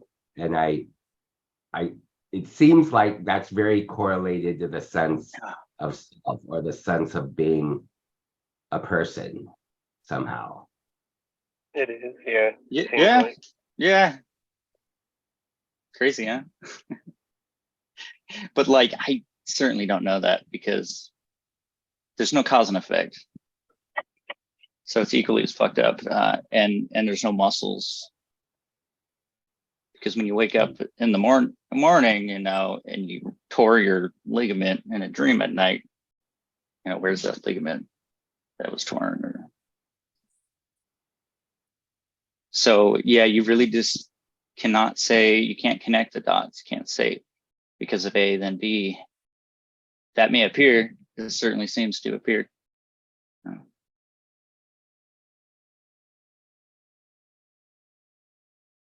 I see.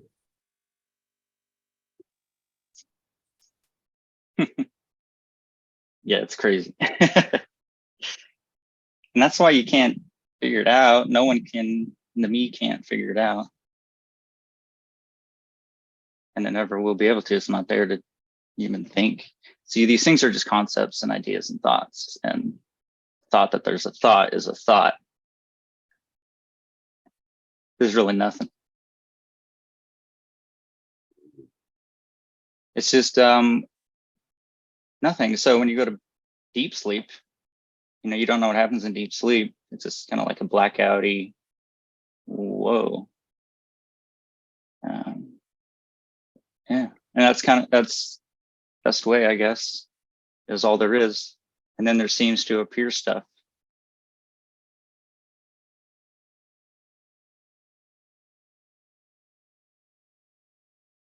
Mm-hmm.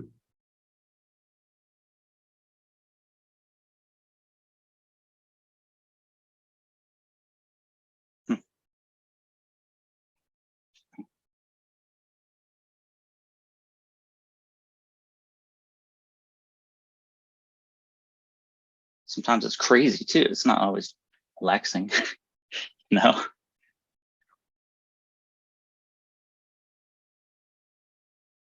It can seem like anything.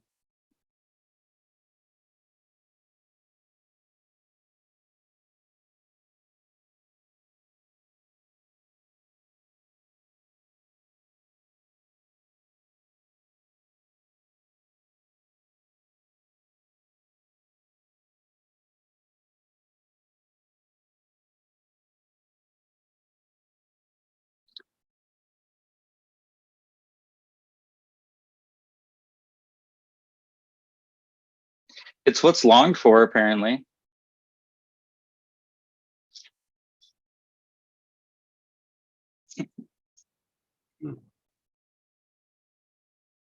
But me doesn't want this.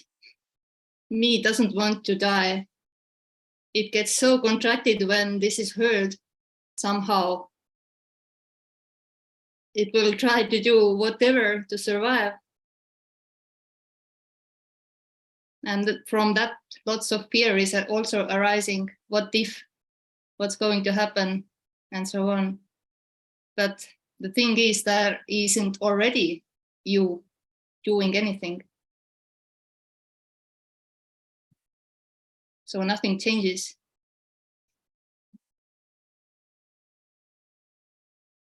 Can I ask a question? Sure. Of course. Sorry, was I interrupting? I kind of was in and out. Terrence, do you have any other questions? No, Yeah. Okay, come back with more. Come back with more. It was a good conversation. This is my first time here, so I wasn't really sure what the format. Yeah, welcome. Yeah, it's very open. Just whatever. Okay, cool. No rules. Thanks. Thanks, Terrence. Cool. Thank you. Yeah, it's also my first time here, so. Hey, cool. Welcome. Cheers. Cheers. So I feel like I've been having some glimpses, which I've never really had before, or there's glimpses happening. But I just wanted to say to Ere, is that how you say your name? Mm-hmm. Era's point about the self not wanting to die, I kind of feel like really raw in the last few weeks. And I know that's a story. But I was just wondering what your experience, and I don't know if it's helpful to hear because then my mind will compare, but like, I don't know. I just feel sometimes like I'm all the stuff that the kind of self had been repressing, even though, or seemingly had been repressing, is like coming up to the surface a bit more. And it's just, it just feels like a lot. So like, I just want to kind of cry, but also like, it's cool. It's just confusing. So anyway, I just wanted to see what you guys thought of that. Yeah, it can be whatever it is this already. There is no story, no meaning, just what's happening. But in the story here also was lots of things happening apparently in this falling away process. Fear, depression, whatever, sadness, feeling like losing something. But of course, when there is, it was done, it is already done, of course, but in a story, when it was done, then there wasn't anything to lose or anyone to lose anything. There wasn't never anyone owning anything. This is illusion, this separation, that I am something separate and I own, I have experiences. And there can be lots of neuroses. What if I do something wrong? What if I choose wrong way? What are the consequences? Yeah, it's almost like my mind is like there's a few different patterns that have caused a lot of suffering, and they're just so heightened. Like one of them is desire for romance. That's one of them. And the other one is not knowing what to do, like the right thing to do. And that's the main thing that's coming up, is just like I don't know what to do anymore. I feel ya. Yeah. Yeah. Yeah. It's uncomfortable. Yeah. It's like seeking here still arises for answers there, you know. I completely agree with what you both just said, by the way. Oh, thanks. Sorry to interrupt, but I'm feeling the same. Yeah. You know that saying, the grass is always greener on the other side. Yep. I hear the Sorry to grass on the other interrupt, side isn't but that much more green. I know, but you always think it is. But yeah. Sorry. Yeah.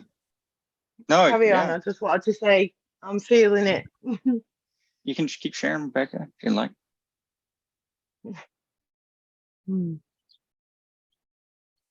Yeah, it is really free falling, and it have been always free falling.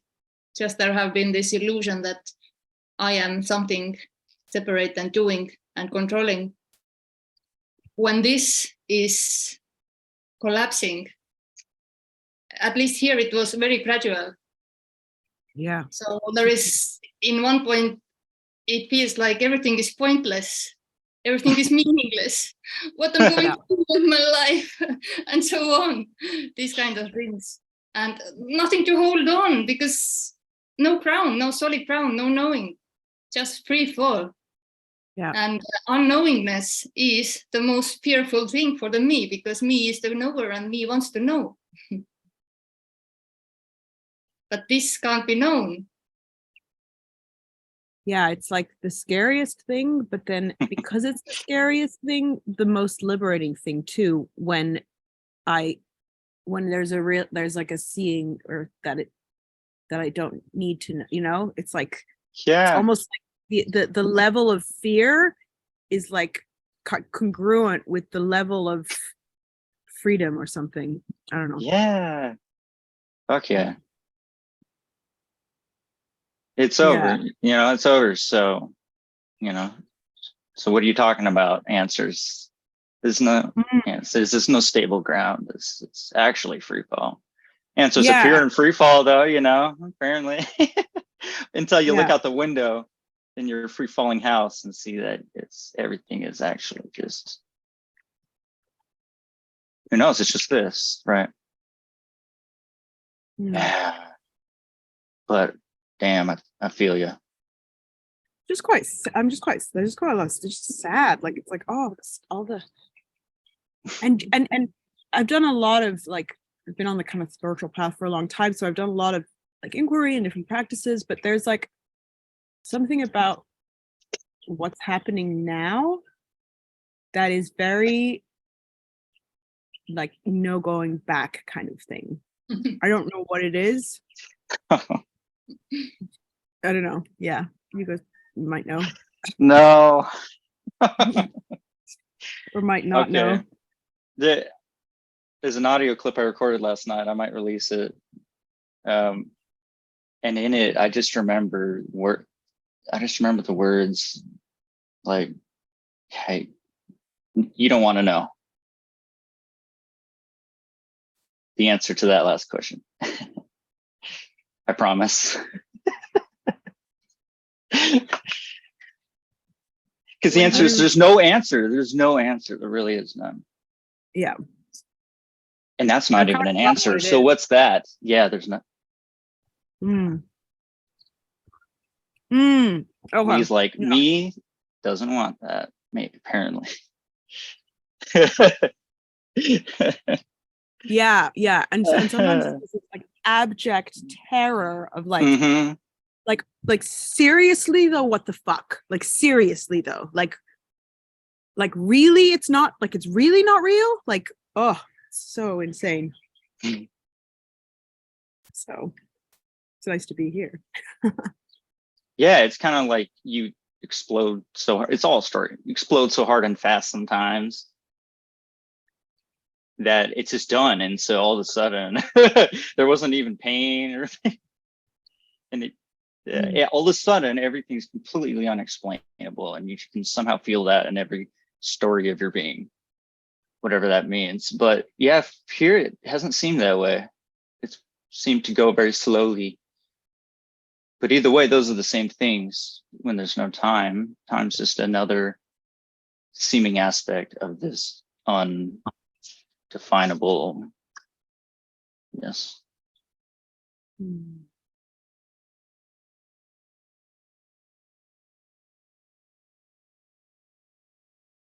Yeah, when here it was heard, I didn't hear this. It was felt like this is it. This is the end. This is one way. There is no way back. And this can be only death.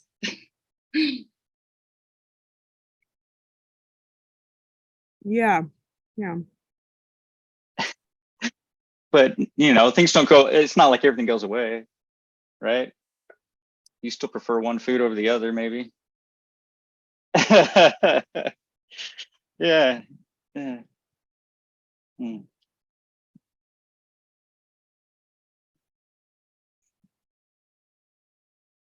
At least it appears that way. Yeah. It is very, very, very, very crazy. Don't talk about this. People think you're crazy. Because you are. I mean, everyone is everyone's kind of crazy. They think they're there. God damn it. Oh, Becca. Hey, you got your hand up.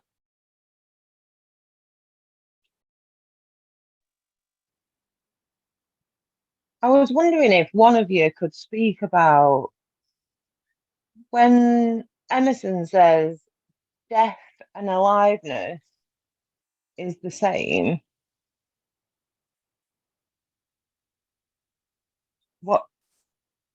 What do you mean? Because when he said it last time, it really hit me. And it was like I really resonated with it. Like when I think about, oh, my mum died, I'm like, well, that's just a memory. Did it even really happen? You know, I don't know, that hit me, that. If one of you can say. There's no knowing though, yeah. It's like, it's almost like it's even worse than knowing that they didn't die. It's worse than knowing That's what I'm that trying to you say, will like, live forever and that you won't die. It's worse than that because it's pretty easy to see that death is just a concept. that's what I mean.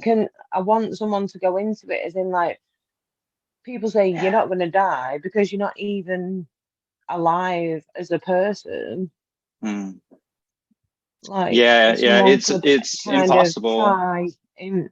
try to say something about that, if you can. That's all we can do. Yeah, is just try. Yeah, just try. Yeah.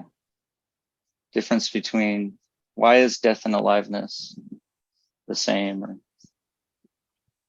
Yeah, because obviously people have stories like, oh, my mum died 2 years ago, or my dad died, whatever, when I was 5.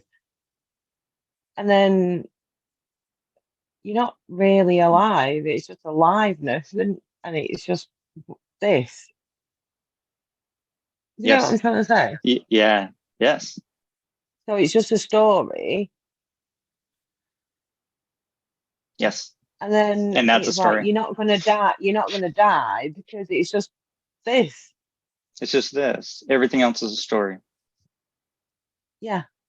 Some stories are like, oh, cool, that's just a story. Maybe there's like stories on stories. You got the story commentator in the stories, but some other stories are so heavy and sad and just almost just like unacceptable or like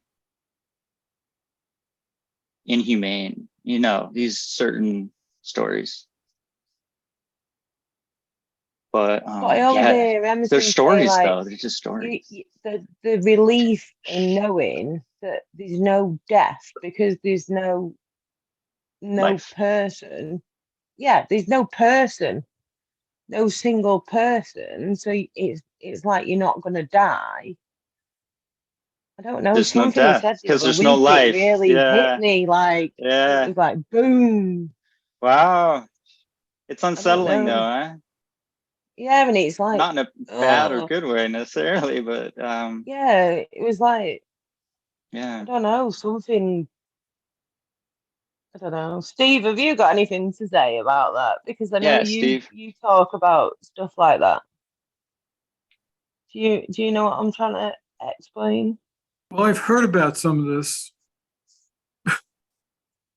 My grandfather used to say that if the person that they were having a funeral for were to wake up, he'd have no idea who they were talking about. Talk about stories. I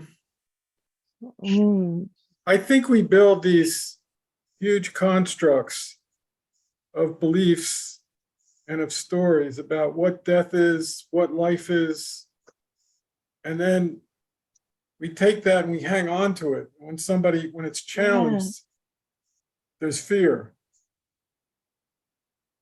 And it's like they never existed. Now, years on, it's like that they never existed. Now is now, and that never happened. I mean, there's fear of pain in dying. That someone could have a painful. That's what I'm scared of. That someone could have a painful death. Okay. Yeah. But a lot of deaths aren't like that, and nobody really knows what it's like to be dead. No. I mean, or to die. No one knows what it's like to really die. So people who come back don't count. It's like stories. So you make up, because of the fear, people make up stories to quote unquote deal with it. But rather than helping to deal with it, it just creates more fear. Yeah. But even though that may be happening, it's just what's happening. So it's kind of a big so what.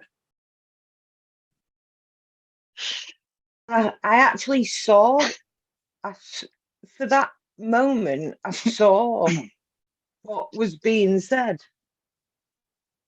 And then it went. And I'm like, oh. Well, don't try to get it back. Yeah, don't chase it. That's what I've That'll been make it trying to worse. do. It was like a light bulb went off, and I was like, wow.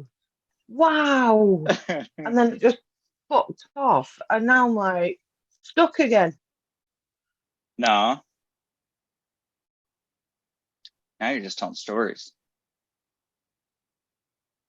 You're not stuck again. You weren't stuck to begin with. It's just a story like everything else. That's such a beautiful story you expressed there, Steve. Wow. Oh. Appreciate that. Yeah. When Maria was talking, that something else Thank you, Stephen. Oh. Thank you. No problem. Thanks Much for love. Thanks, Becca. asking me. Really good to see you. Wait. Steve. The before and after, which is a story, which I've come to regard as a story. Everybody says it's a story. It's like if the notion that it's not this already, or the ideas that get gathered for the self to prove it's not this already, and that we need an explanation, or that we need some way to deal with the feeling, when all of that is this already. And there's really nothing that needs to get done, or any place that we need to go to that we're not already there. Even though there's no we. Yeah, but it's amazing that. It's like, wow. wow. And then I'm like, surely that can't be it. And I'm in a place where I often have to remind myself about that. But there's not much I can do about it, because that's what it is. Too. Yeah. And guess what? There's nothing wrong with that. Like the seeking, whatever that is, it's not even seeking. There's no energy. There's no energy. That's beautiful though. Oh shit. It's crazy.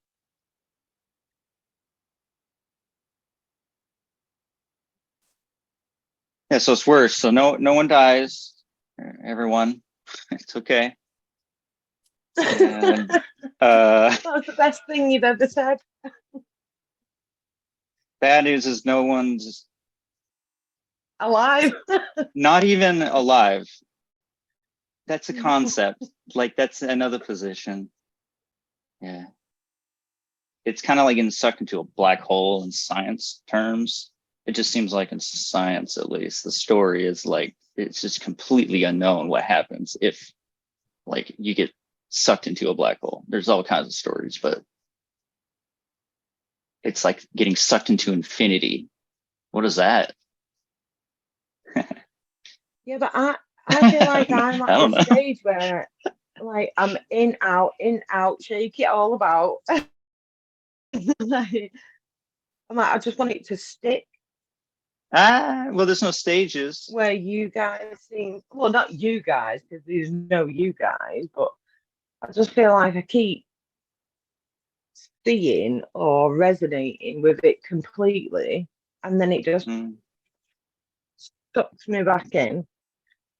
And I'm like, I need it back. And that's the story. I know it's a story, but then I'm like, oh. Who knows that though? Yeah. No one. But I'm just like. Well, that's a story too. It's all a story. I know, it's all bollocks. The whole thing is bollocks. All of it. There's no fucking answer. Nothing. For the energy that wants an answer, answers can be given, but they're not given. Like you say, none of these are answers. Whatever's happening is happening. And it's me moaning right now. But at that moment in time, I was like, wow. Yeah. Yeah, apparently, it blinks in and out, and it changes, it deepens. These are all just words to try to describe something that doesn't exist. Mm. Just this. Yeah.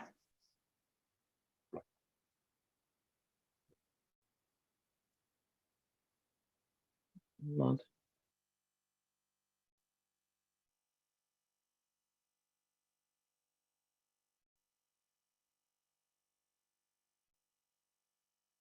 There's like silly thought stories that come up here. Like infinity can only be absolutely nothing for so long until it needs to make up some stories of life and death and this and that and me and you and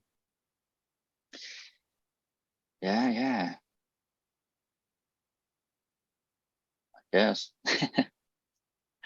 But there's no knowing that, though. I don't know that. That was just. But then if you think about infinity with no you, that's like really scary as well. Mm-hmm. With no knowing and no you, that's quite scary, I think. But it's always been that way. No, that's what no, I know that, but sometimes I do lie there and think, wow, like that's crazy. Yeah, the energy of it is just... Like you grow up thinking you've got a family and all these memories, and it's not, it's just life happening. And it's going to carry on happening.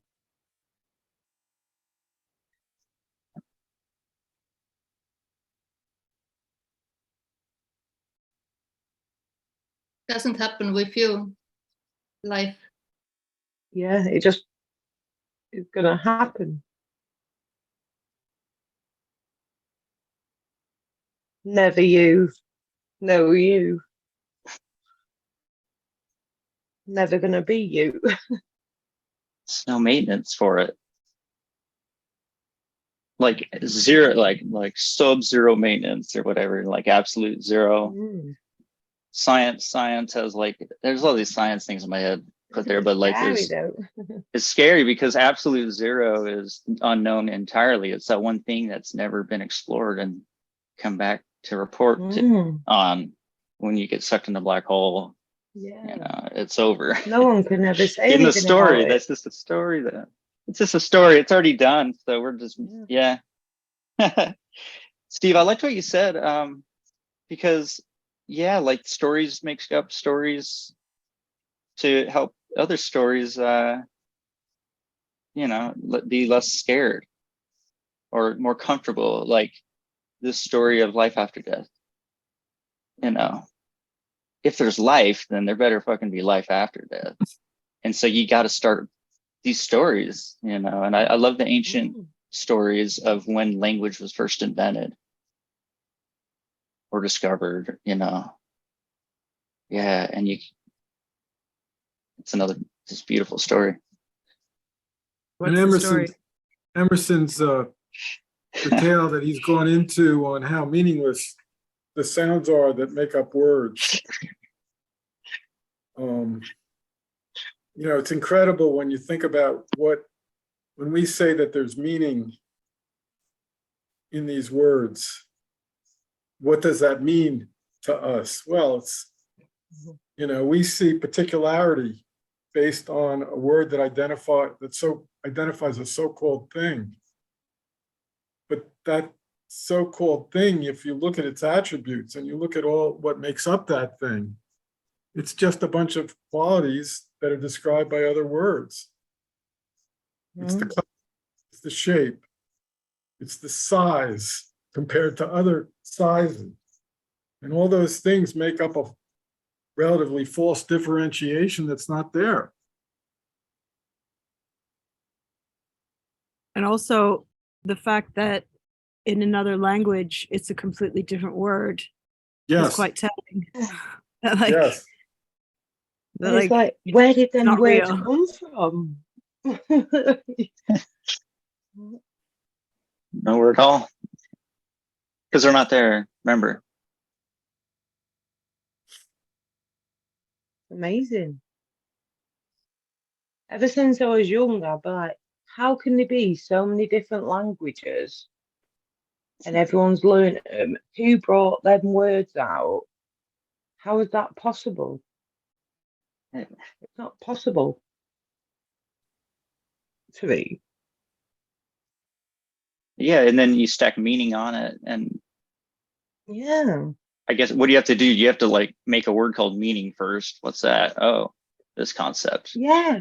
And you Was can there stack one it on special? things and you can give it Yeah. properties. Yeah. Was there one special person that was Chinese that started a Chinese language and whatever language, Spanish, and how did they learn all these words? Make them up, put them in a dictionary, and all this. I'm like, who was that clever to do all that? It's like it's not possible to do that. Yeah. It just isn't. It's Magical, feeling of really, when you think impossible. about it. It's feeling of But it is. impossible. Magic. Yeah, but it's beautiful Yeah. when you think about it. I'm like, wow, like you really think about it, it's not possible. It really isn't. Like accents. All of us on here have got different accents. How is that possible? And we're all saying the same word and it sounds completely different. It's amazing. I think somebody had a question in the chat. Yeah. Go for it, Steve. Paulette had a question which has disappeared from my something about whether it's a non-duality is a theory, it's just a story. Yes. It's just there is no non-duality. Tony and Jim, and there's no non-duality. That would be like saying there's a thing out there that's non-duality as opposed to being Yeah. a wholeness. Non-duality is another position, but all we can do is create positions when a word comes out. Yeah. I like as a story, consider the theory as a story. Yeah. Paulette as a story. Steve as a story.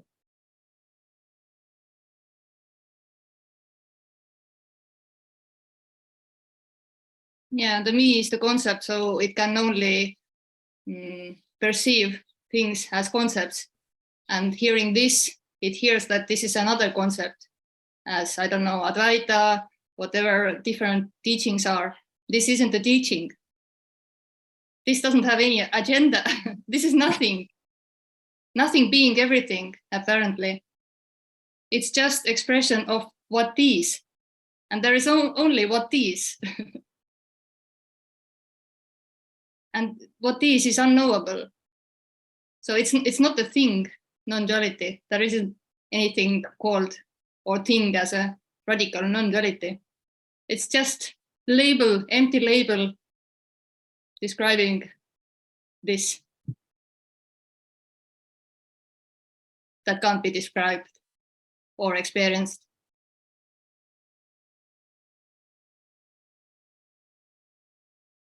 So yeah, you can say that this is concept, this is story.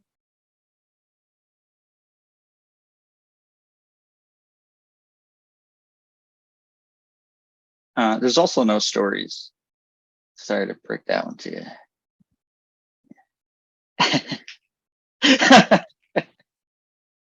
And that's just a story because there's no stories. Yeah.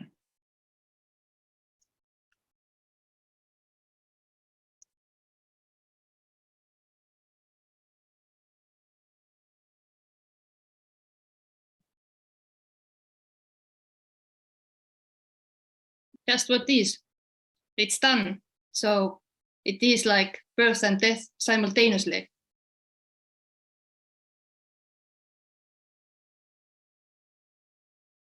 Without stories, what this is. that in this there can be stories trying to express what this is.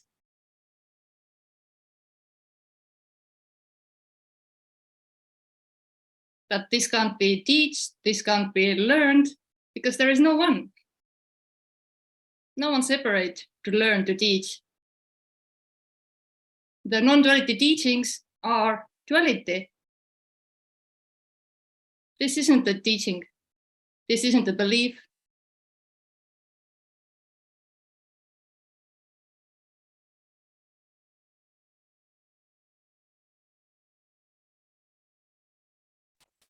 Hi, Ade.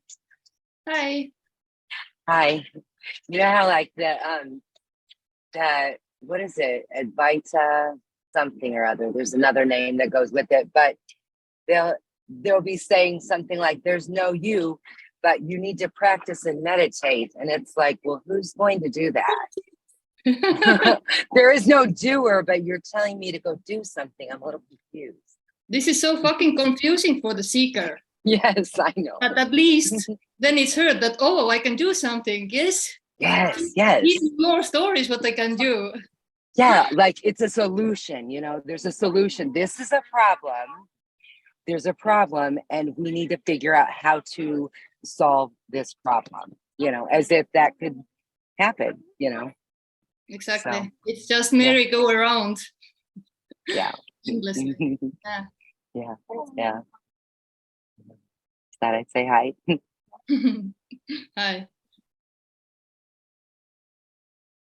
Are there even a meeting? No.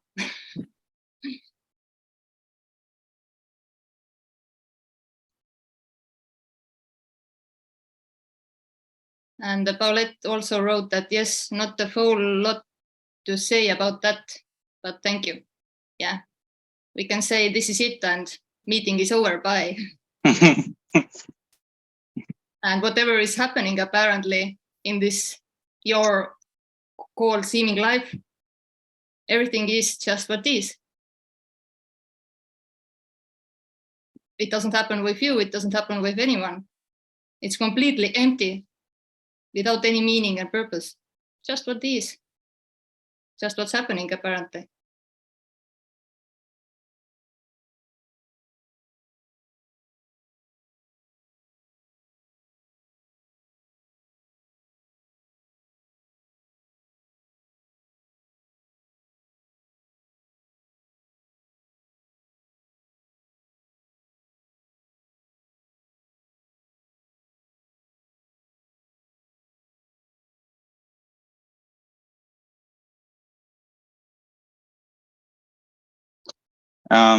They're called stories because they're not real, by the way.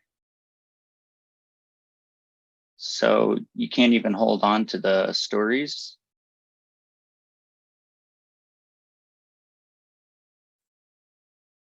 How did you were saying something about how language developed? I'm quite interested to hear. Well, I don't know for sure, of so that. don't quote me, but I'm into kind of like the history of, I think it goes up to like Norway, like the Norse god or something. Odin created some kind of written language, which is,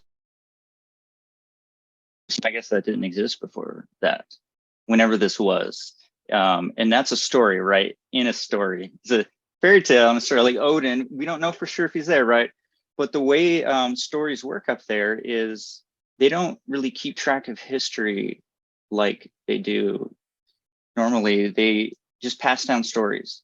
And now you'll talk to many of them and they know that they're stories. So it's very filled with like heroes and gods, and demons that probably never existed. And so there's just this constant unknowing maybe of what actually happened in history. But all of that is a dream. Knowing anything is a dream. All these stories came from language and apparent words, which were made by this guy named Odin, who no one knows if he ever existed. But there are stories about him existing and how he hung himself on a tree willingly upside down. And I don't even know the rest of it, but it sounds interesting, like a good movie. Yeah, like that's a story. And this is a story.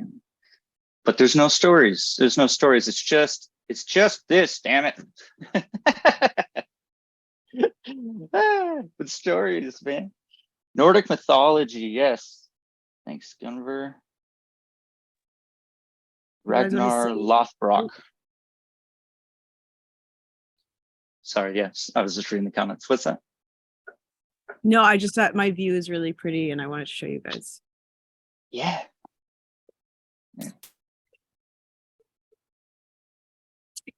Golden Mountains. Ooh. Yeah. Ah, that's nice. Yeah. Is it a little bit chill out there? What's the temperature like? No, it's warm. Okay. I'm in Spain. I'm in an island in the Mediterranean called Oh, Mallorca. way cool. Wow. Yeah, so but the mountains sometimes go this kind of orangey color, which is just like so. Yeah, I can see the sunset reflecting in the window. No, that's a light. Oh, yeah. Darn it. Big story You are though. already enlightened. Wow, this is such a special moment right now. It's like Yeah, I could have gone with that one. We see what we want. Yeah. You see what?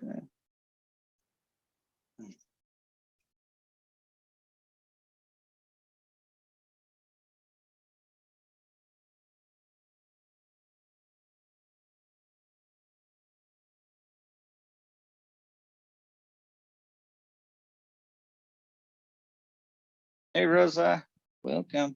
Have you been here the whole time? Hello, good morning.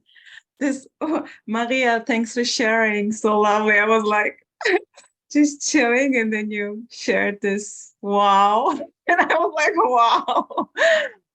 But it really was like, boom. Yeah, just this.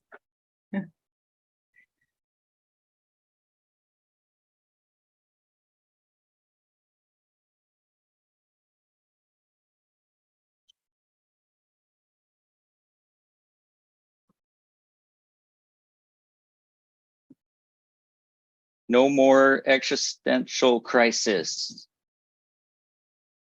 appearing. Apparently. Yeah.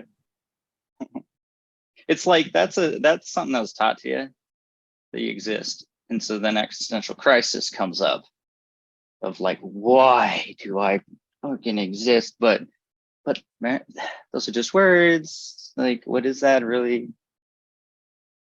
We don't know. This is empty full onness. Yeah, So yeah. cool. Just wow. Unconditional wow, like Emmy says. Just love that.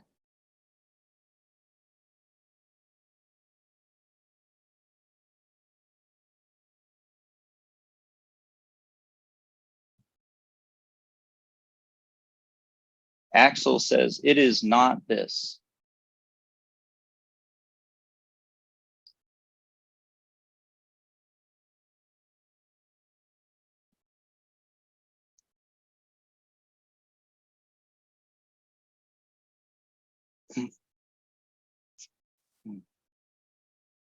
Did I miss something? What is it is not this.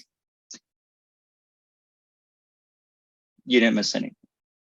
There's some creativity going on.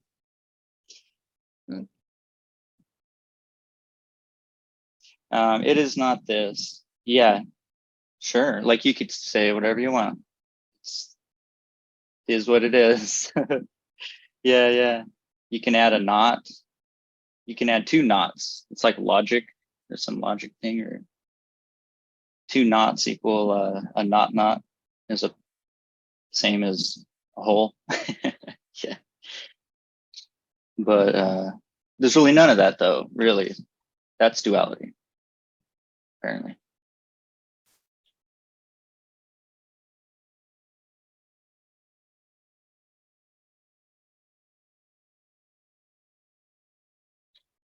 And there's no non-duality, there's no duality.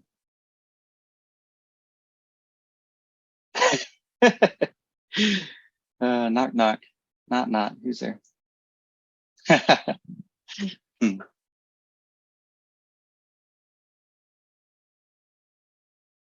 Hmm.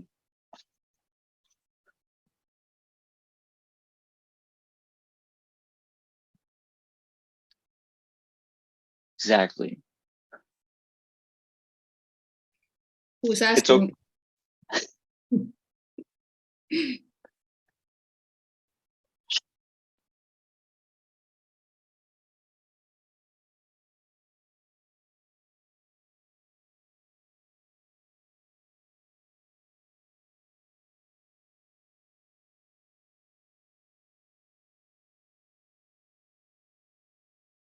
No eyes, no its equals nitwits.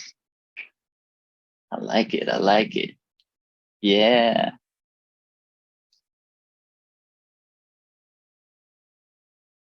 Axel, no mediator. Hell yeah. Amen. Yeah, no one can help you because you don't need help. You don't need a mediator.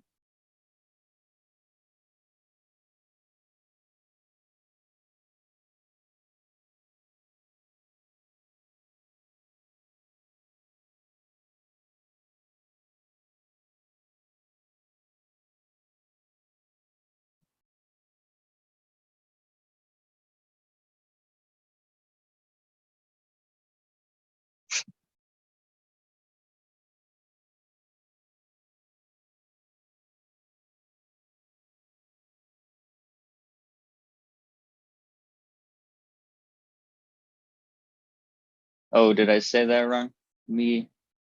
Mediashia? I don't know. Sorry. Meditation. Oh,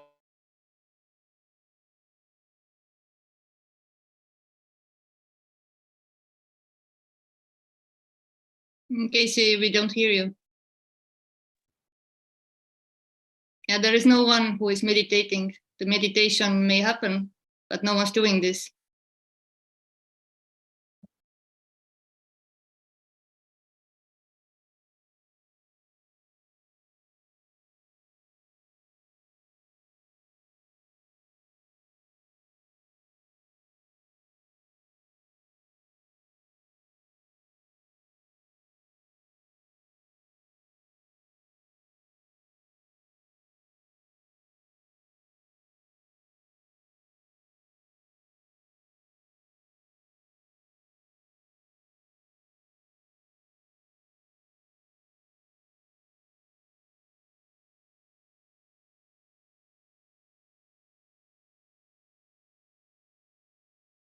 And of course, there is nothing wrong with meditations. There is no choice. No one's doing this. But in that sense, to get enlightened or to get somewhere or to get rid of me, it doesn't work. It seems to maintain this illusion that separation, that I am doing something. I am going somewhere.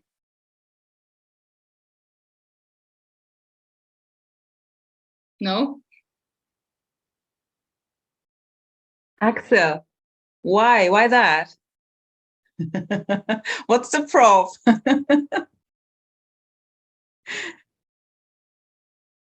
Okay, I got you.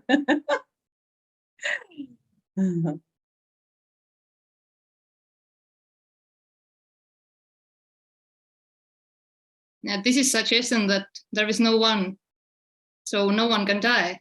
Nothing leads to that. It is already done. You're already dead. But only apparently because you didn't even born. So no one can die. When this apparent collapse happens, then there is no death, no birth. Just this aliveness. And for no one, of course.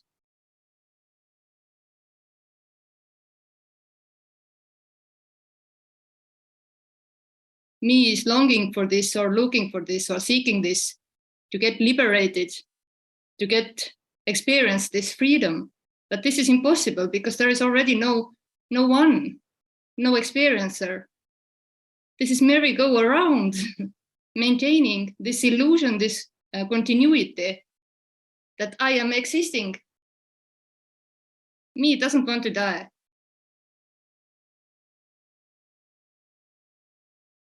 It seems like that. I don't know.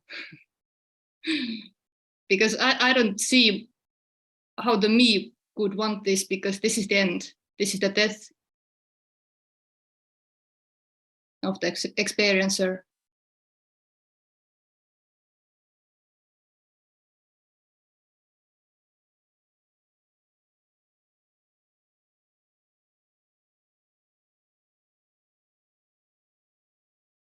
But trying and not succeeding can be super informative for no one, of course, don't you think?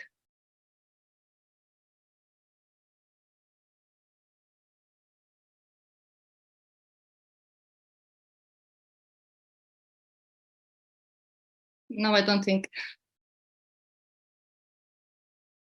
It is still a dream. Trying to succeed and not succeeding, and then seeing that, oh, it doesn't help, but it's still a dream. And then maybe it tries to do different things.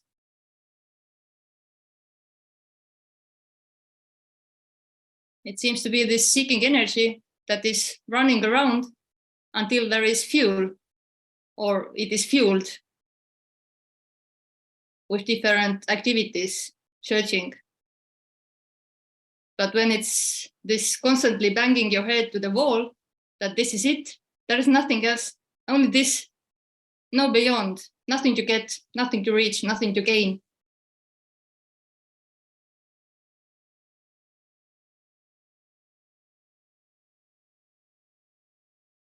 Me wants to get rid of the sufferings, but me doesn't want to get rid of experiencing this.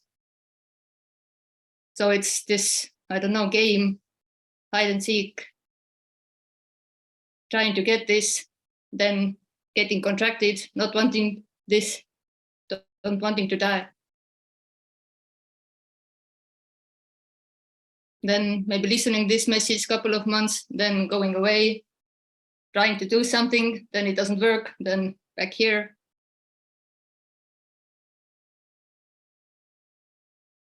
But listening this, watching these videos, nothing helps.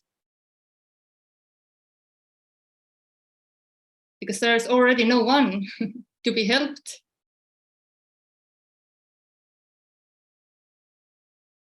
There is no hope that this will happen one day with me. It doesn't happen with anyone. It is already this boundlessness, fullness, completeness. It can't be never more complete. There is nothing missing.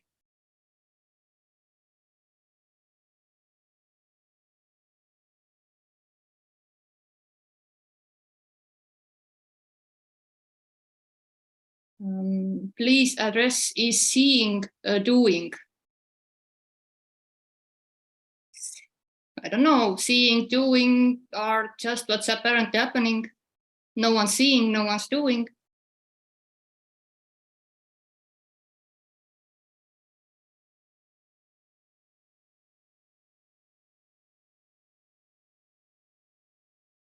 Doing sounds like you are doing something. Seeing sounds like it's happening. That no one's seeing, I guess. I don't maybe get your question right, Lily.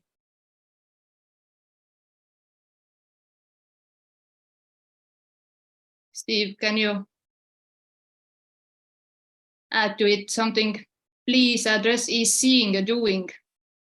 Well, what came to mind is, in this instant, there is sitting, seeing,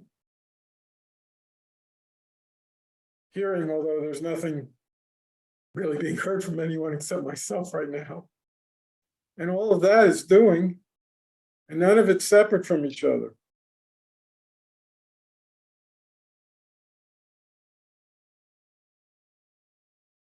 So yes and no. And no one's doing it. No one's doing the seeing, no one's hearing, but it's all happening. And not.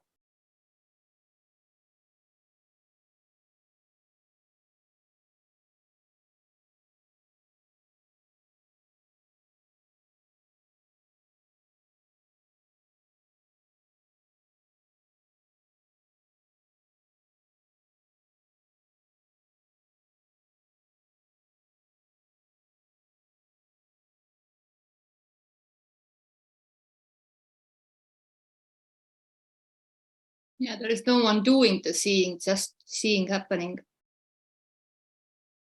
No one sees.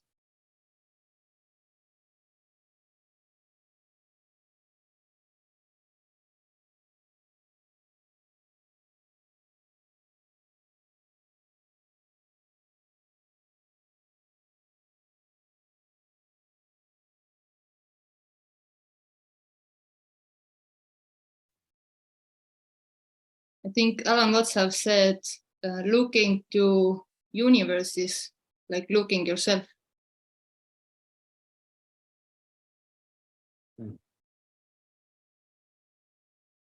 Say that again, Eddie. I don't remember exactly, but something like that, that when you're looking to the universe, that is also unknown, infinity, you're seeing yourself or watching yourself. Thanks.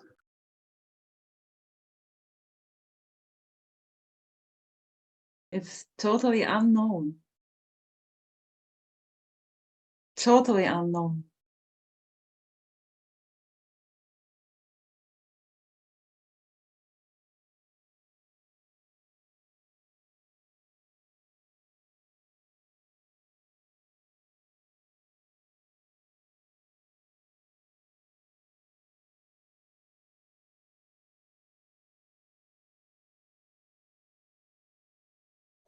Axel, I noticed meditation. Did you have a question about that, or is that just something you're typing?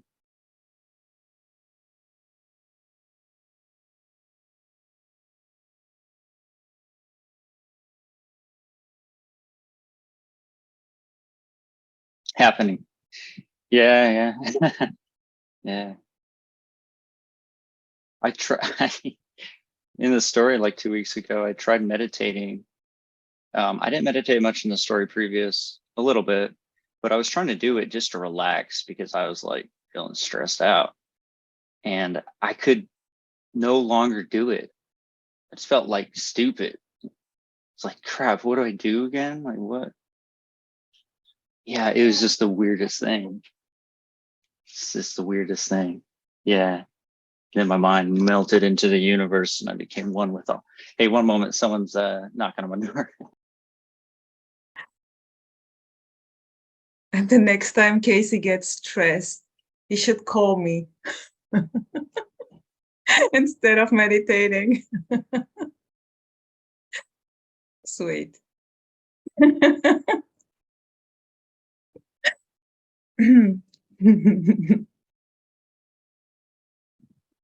Such a lovely game. Beautiful stories. Stories over stories. But it's wow. It's really wow.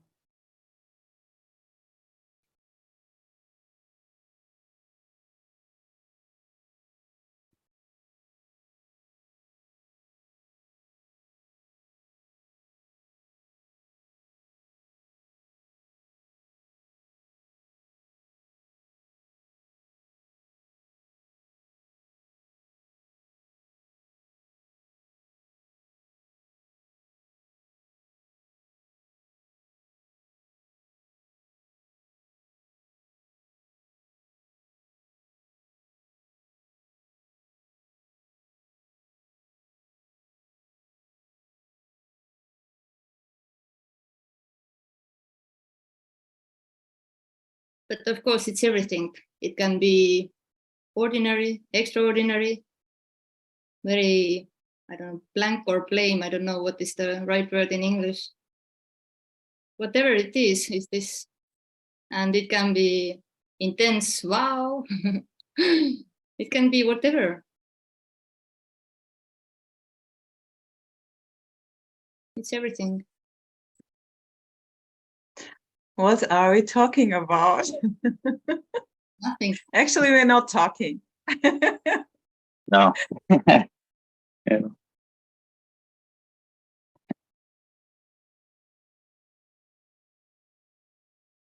Thanks very much, everyone. I really enjoyed this.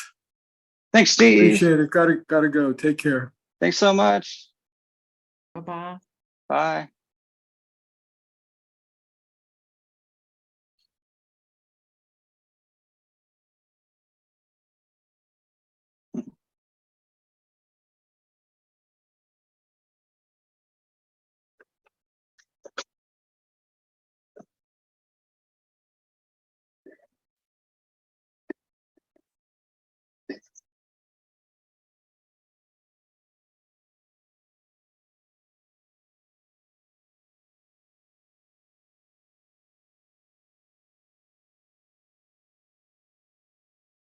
So I think this is it.